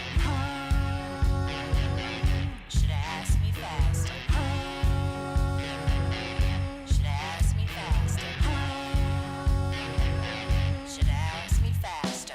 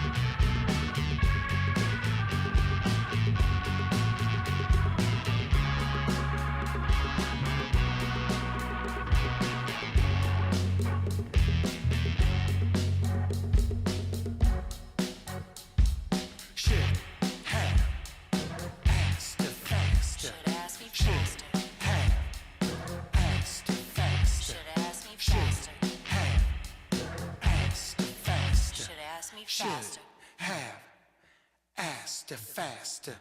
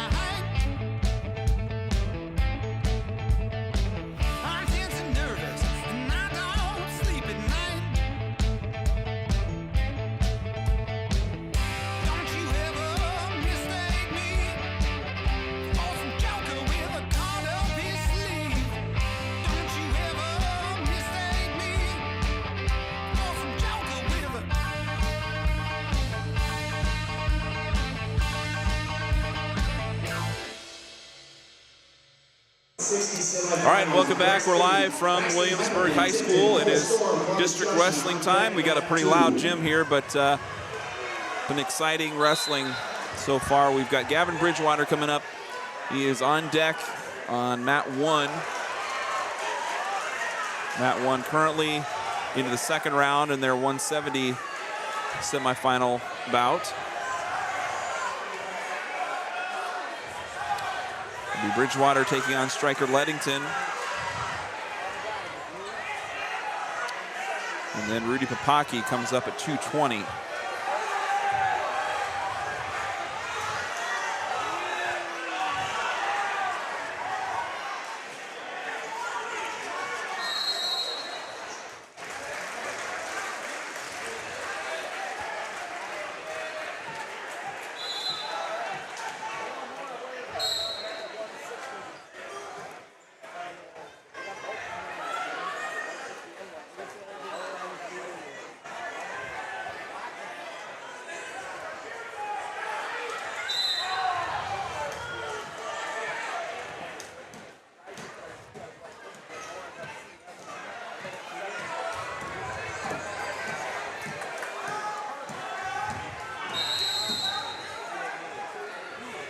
So up on mat 2 on your screens here, it's Cale Moore of Williamsburg in the red, taking on Bryson Garcia of West Liberty in the blue.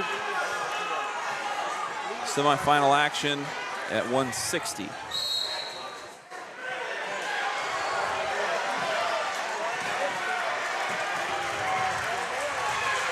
So recap so far. If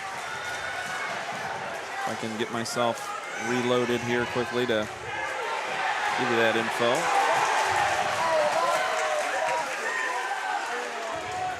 Trojans have a handful of wrestlers still alive that will wrestle for the finals, and also potentially more with wrestleback opportunities yet to play out. Cale Graff went to the consolation side after a loss to Lincoln Strop in the semis. He will take on Sam Nelson of Oskaloosa in the next round. That'll be after the break here. Giovanni Perez took 2 losses and is done for the day at 113. At 120, Eli Brannon will face off against Ivan Montgomery of Oskaloosa.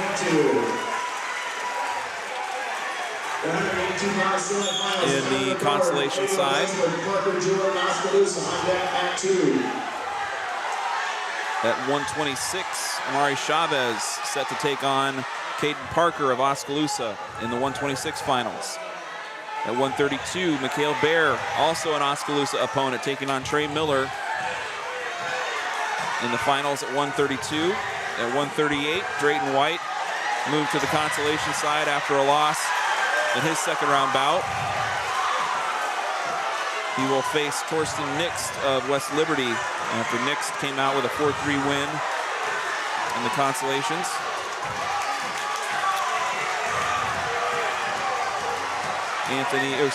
Jacob Youngberry into the finals at 145.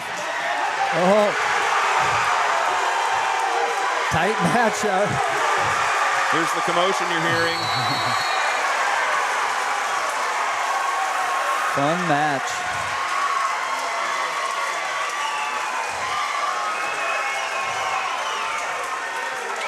Parker of Williamsburg down by a point late in the third, throws a headlock and gets 2 takedown, 2 back for the win. Wow. Advancing to the finals.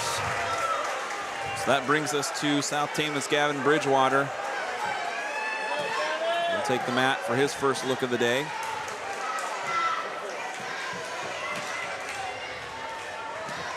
Taking on Stryker Leddington of Tipton, I believe.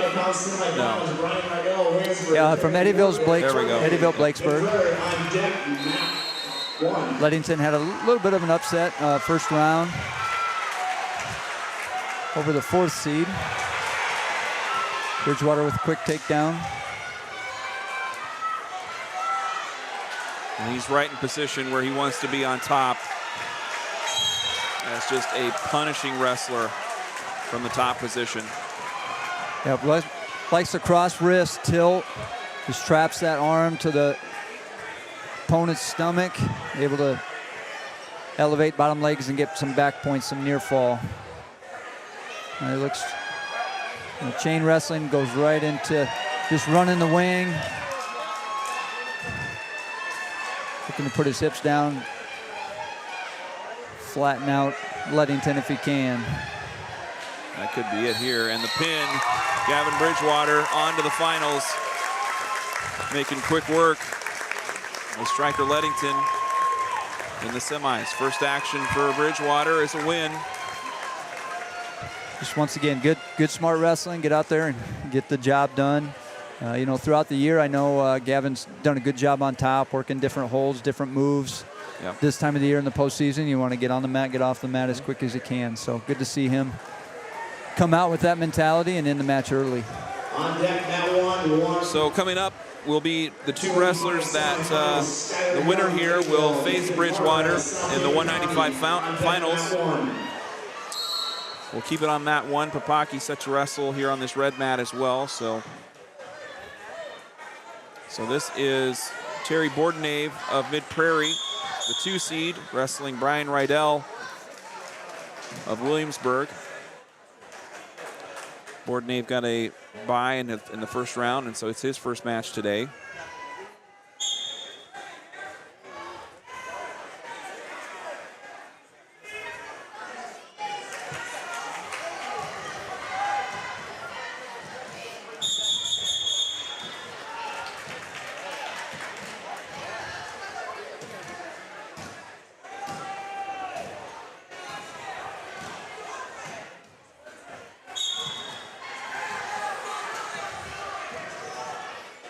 And make sure to stick around after this round. It will be a break of the action here for 25 minutes. They'll take a lunch break, and we're going to have an interview with South Tama's newest state champion, Maylee Ellsbury, the junior girls wrestling champion that had a big week, a big state tournament a couple weeks ago.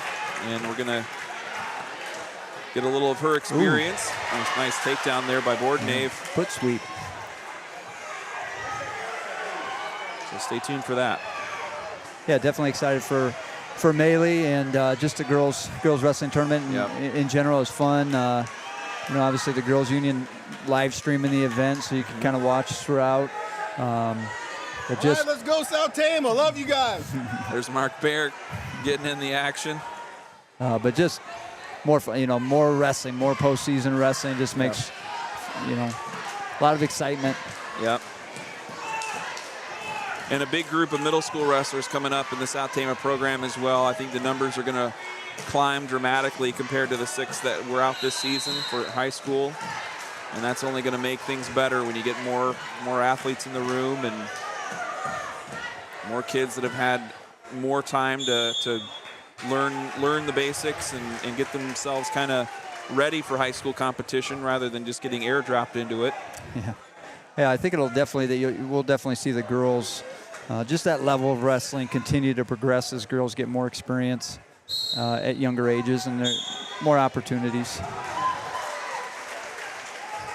Bordenave of Mid-Prairie out to a 4-0 lead with 2 minutes to go in the second period. Winner will take on Gavin Bridgewater in the 195 finals. So that's the South Tama tie-in to this match here. Rydell of Williamsburg did not wrestle Bridgewater in the duel that these two teams had earlier in the year. Rydell, I think, went up to 220, and Gable Dayton came up from 182.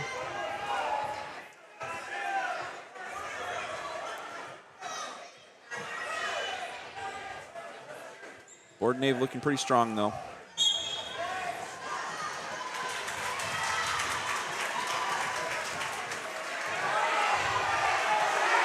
Nice takedown for Rydell.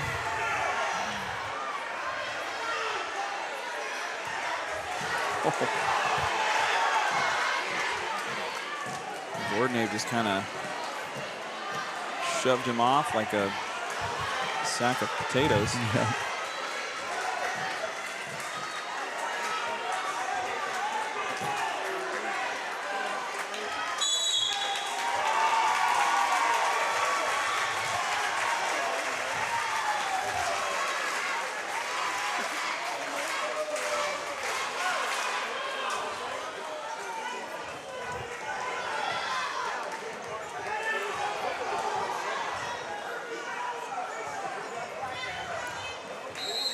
On deck, mat 2, 182-pound semifinal, Ethan Palmer, Columbus Junction, Gable Dayton, Williamsburg. On deck, mat 2.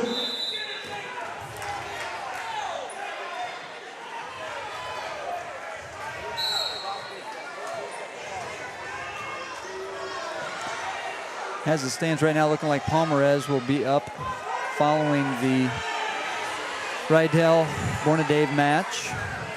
All right, so we're waiting for Papaki on mat 2 then.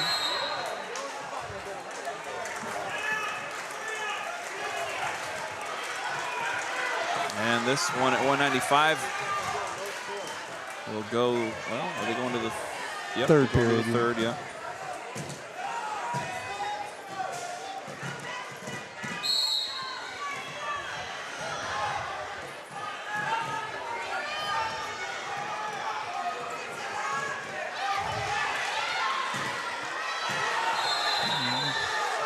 Scramble situation.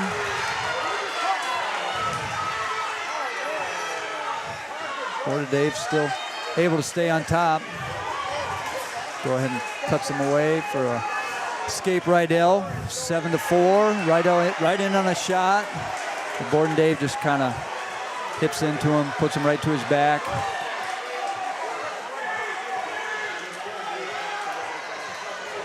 Big, strong wrestler. Yep. Bridgewater's gonna have a pretty worthy competitor here, I think, once we get to the finals.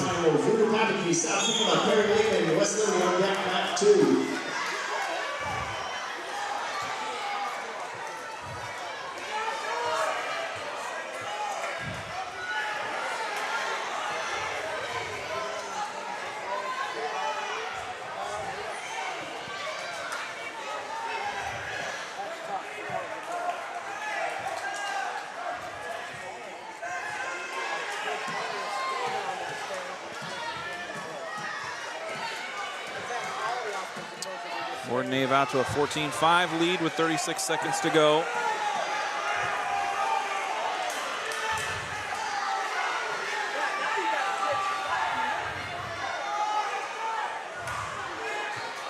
It's Gable Dayton wrestling at 182. He's in pretty good position here against his opponent.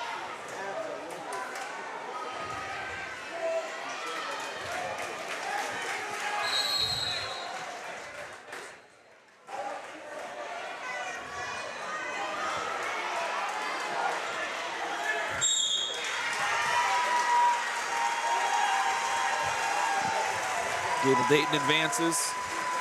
Home crowd reacts over in Williamsburg.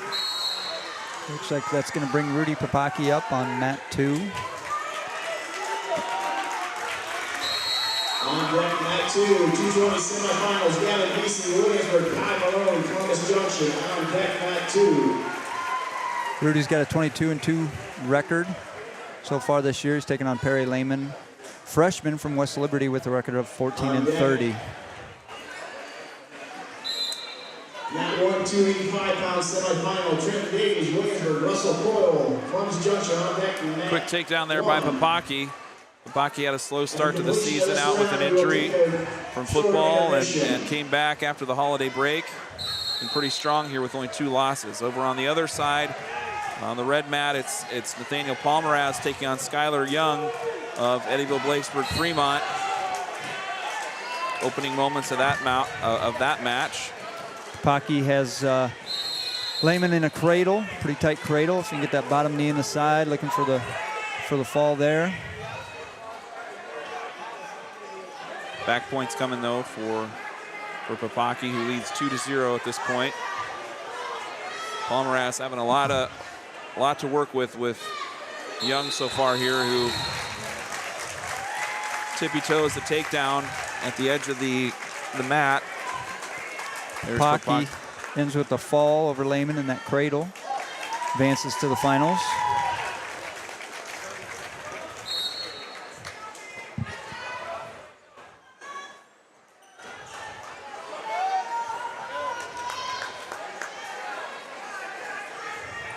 Palmeraz really more of a 220-pound wrestler, and that's just the nature of things at these heavyweights, where you don't always have the right.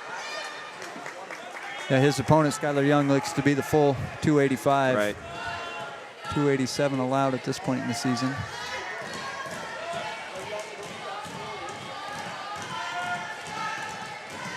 Palmeraz has been in some close matches this year. He's gone into overtime a couple times, I believe, and has all the grit you're going to need at this point of the season, and you're just going to have to put the technique together. And big, strong kid, good athletic position.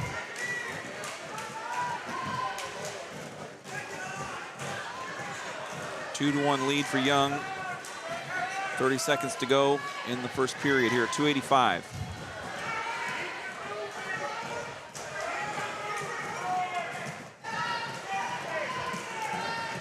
Mat 2, you have semifinal at 220 pounds. Gavin Vesey from Williamsburg taking on Kai Malone from Columbus.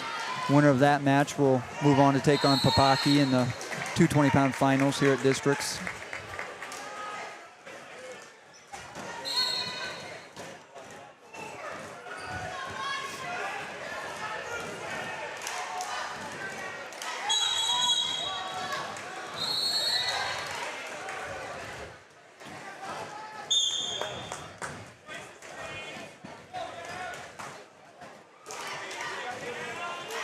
Palmeraz gets choice.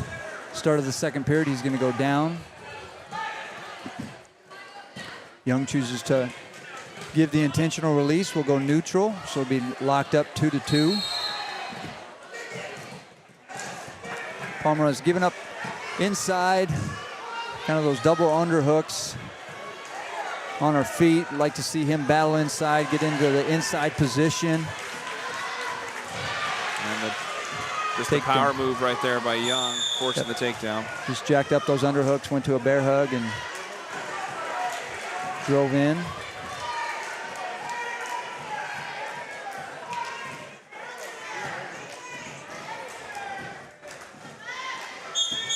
Palmer is building his base on bottom. No easy task with Young on top. A lot of pressure. Gives him the intentional release. Again, we're 4-3. Want to see Palmarez just kind of battle inside, get into that inside ties. Looking for a shuck there.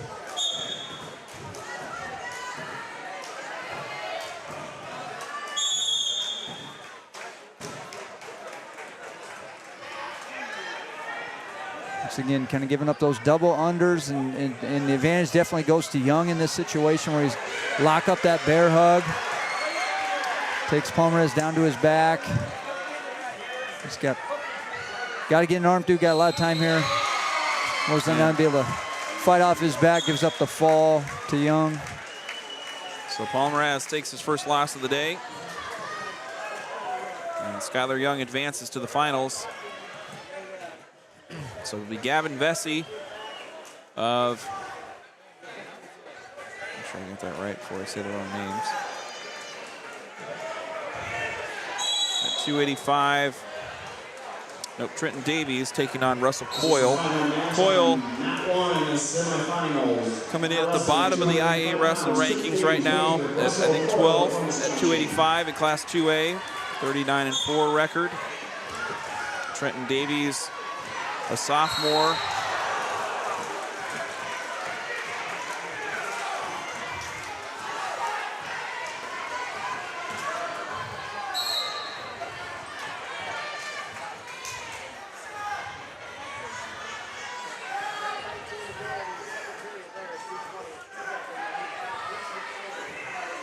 Winner faces Young in the finals at 285. Yeah, Palmarez actually, he'll get a bye this next round, so he'll be in the third place match. Yep. Wins that, and as long as Young wins in the finals, he could have an opportunity for a wrestle back.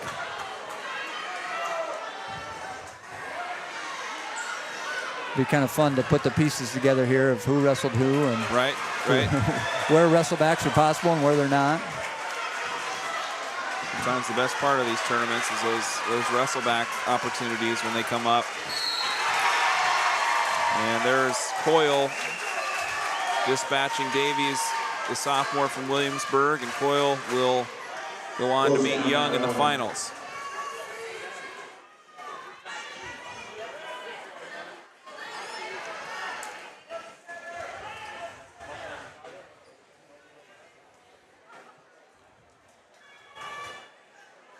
I think this is our last action of the round. It's Gavin Vesey at 220 from Williamsburg, facing Kai Malone of Columbus Winfield Mount Union. And the winner will face Rudy Papaki in the finals at 220.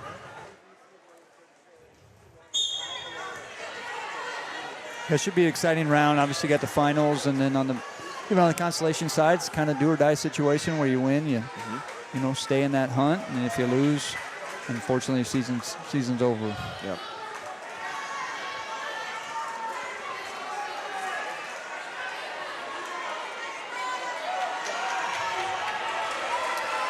So when we get back from the lunch break, it'll be round 3, and that will consist entirely of the second consolation matches for those still alive in the consolation bracket. I don't have tallied yet if South Tama, who and if we have. I'm sure we've got 1 or 2 in that round, and that could move quickly. And then we won't have a break for the rest of the way. We'll go from there into the fourth round, which will be finals and third and fourth place matches. And then wrestlebacks, should there be any. That's the order of things.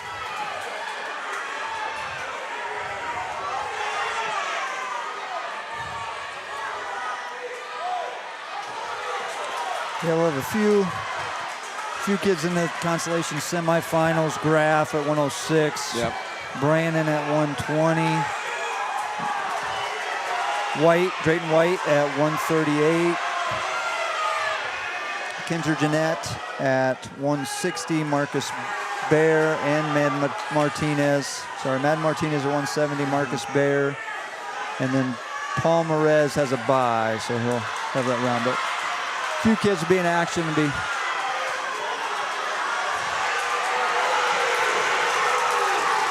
exciting match here. And it's the pin by Kai Malone, the senior from Columbus. That's who we'll see Rudy Papaki in the finals.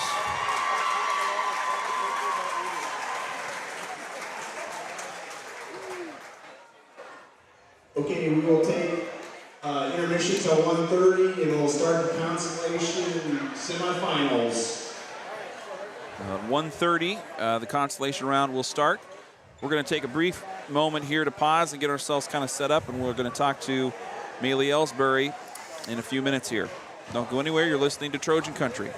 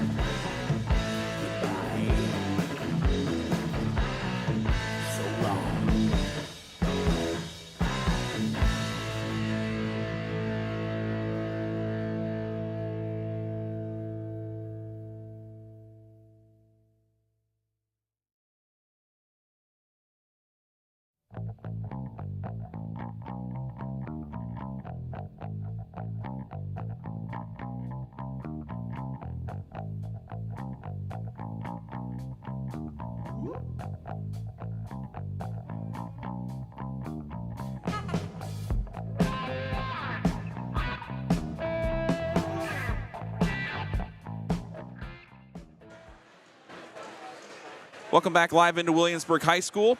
It's Trojan Country live from the District Wrestling Tournament. South Tama boys in action today. We've got our lunch break in action at the moment. 2 more rounds yet to come. But before we get back to South Tama boys wrestling, we're going to talk girls wrestling here a little bit. I'm going to switch the camera over, and I've got Maylee Ellsbury with me. Maylee, how are you today?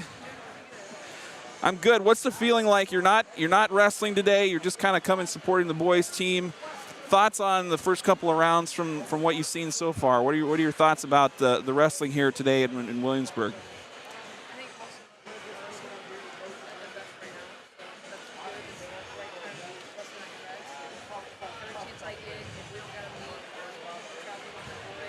Yep.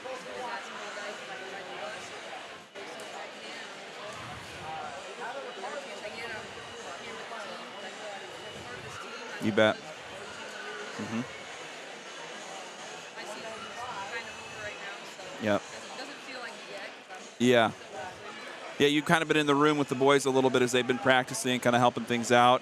And youth wrestling, I saw when we were at practice getting some interviews, helping out with some youth. Is that right? So we're going to back things up a little bit. You are South Tama's first ever girls state champion in girls wrestling. Just first off, congratulations. That's a big accomplishment. And that's just something the community and this wrestling program has to be really proud of. Can you maybe take us through your 2 days at the state wrestling meet and just how things went for you? Had a rematch there in the semifinals. Can you kind of just talk me through some of your matches and how those went for you leading up to the finals?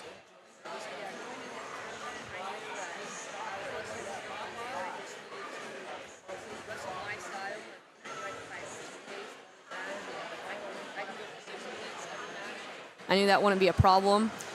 Going into it, I just knew that, and coaches always tell me, like, confidence is the biggest thing. The work was done.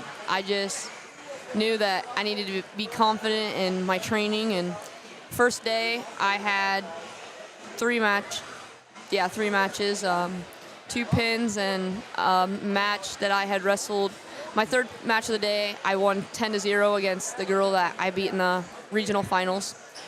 And then Friday, I started off with a rematch against the girl I had lost to at conference.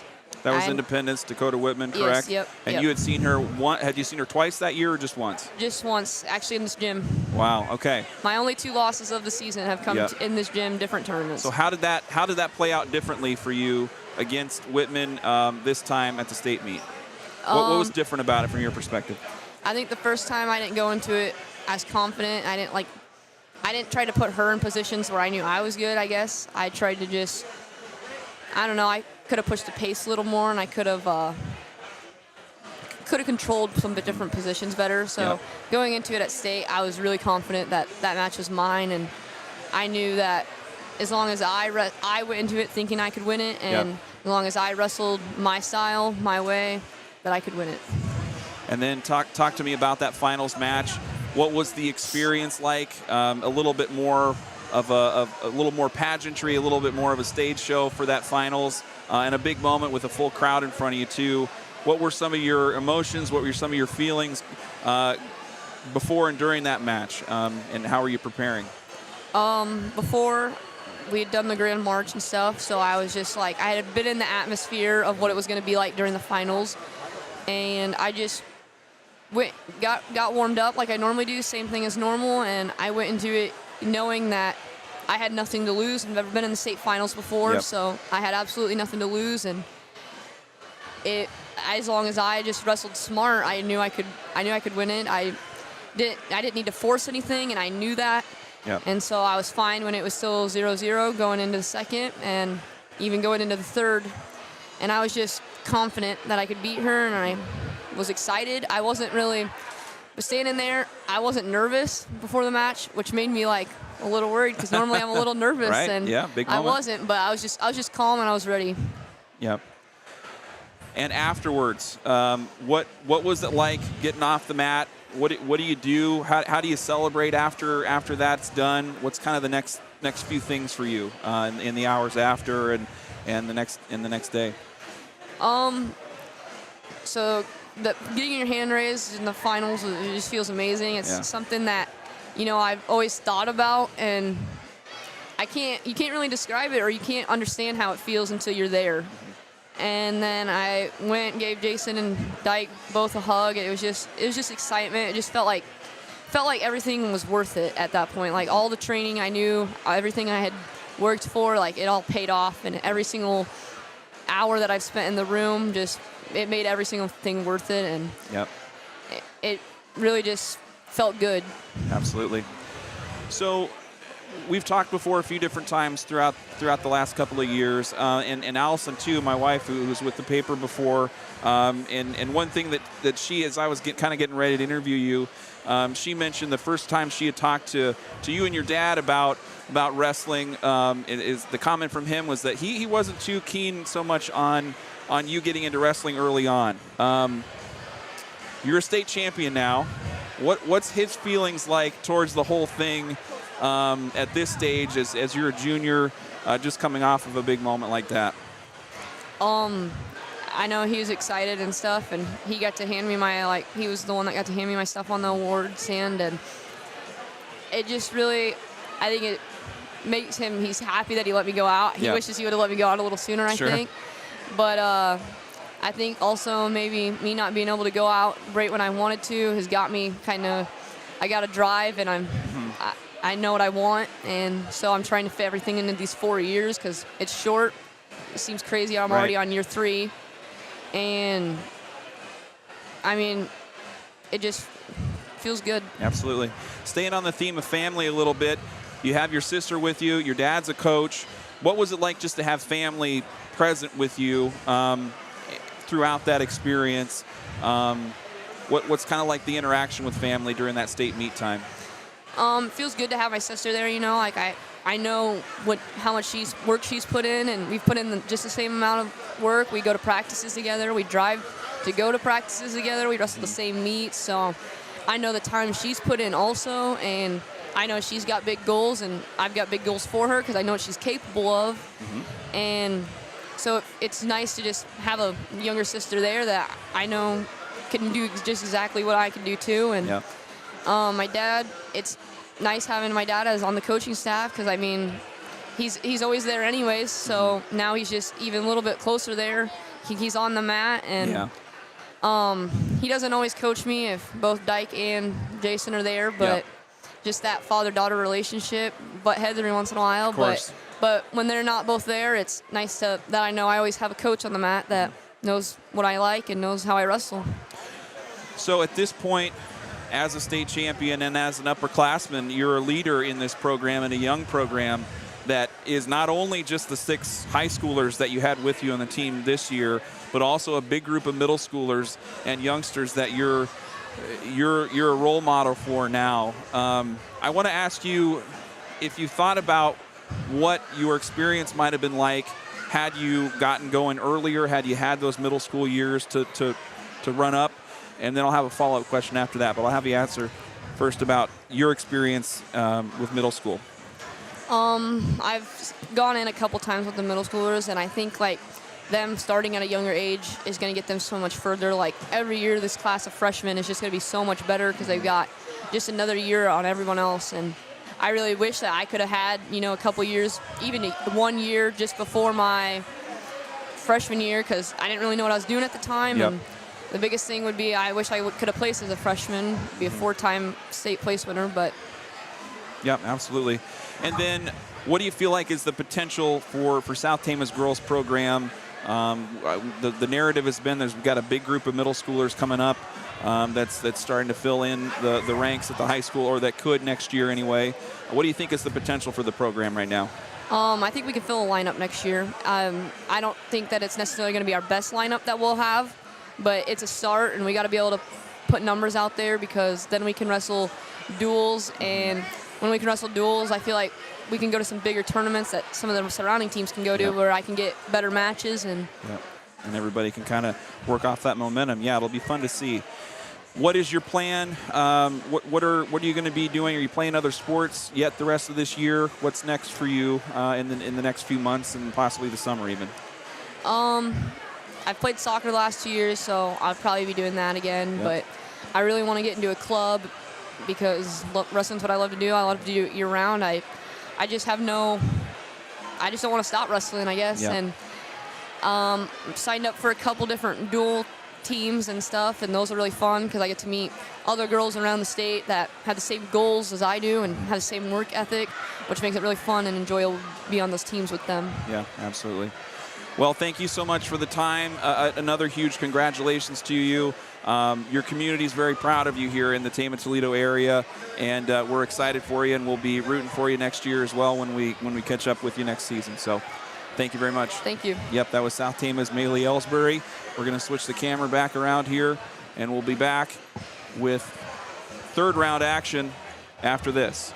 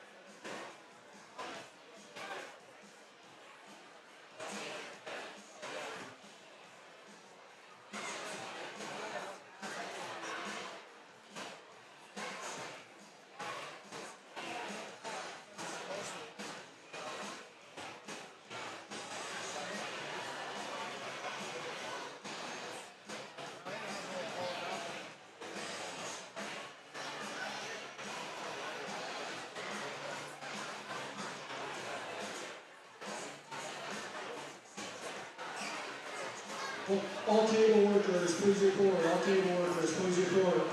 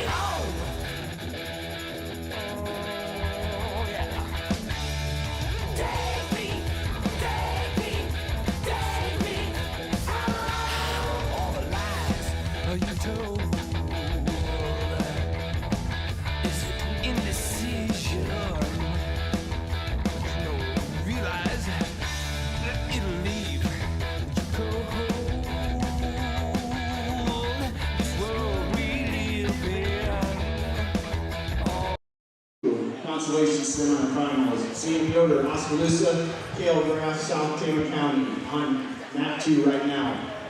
All right, we're moving into consolation Sam round Nelson here at Williamsburg. on map 2.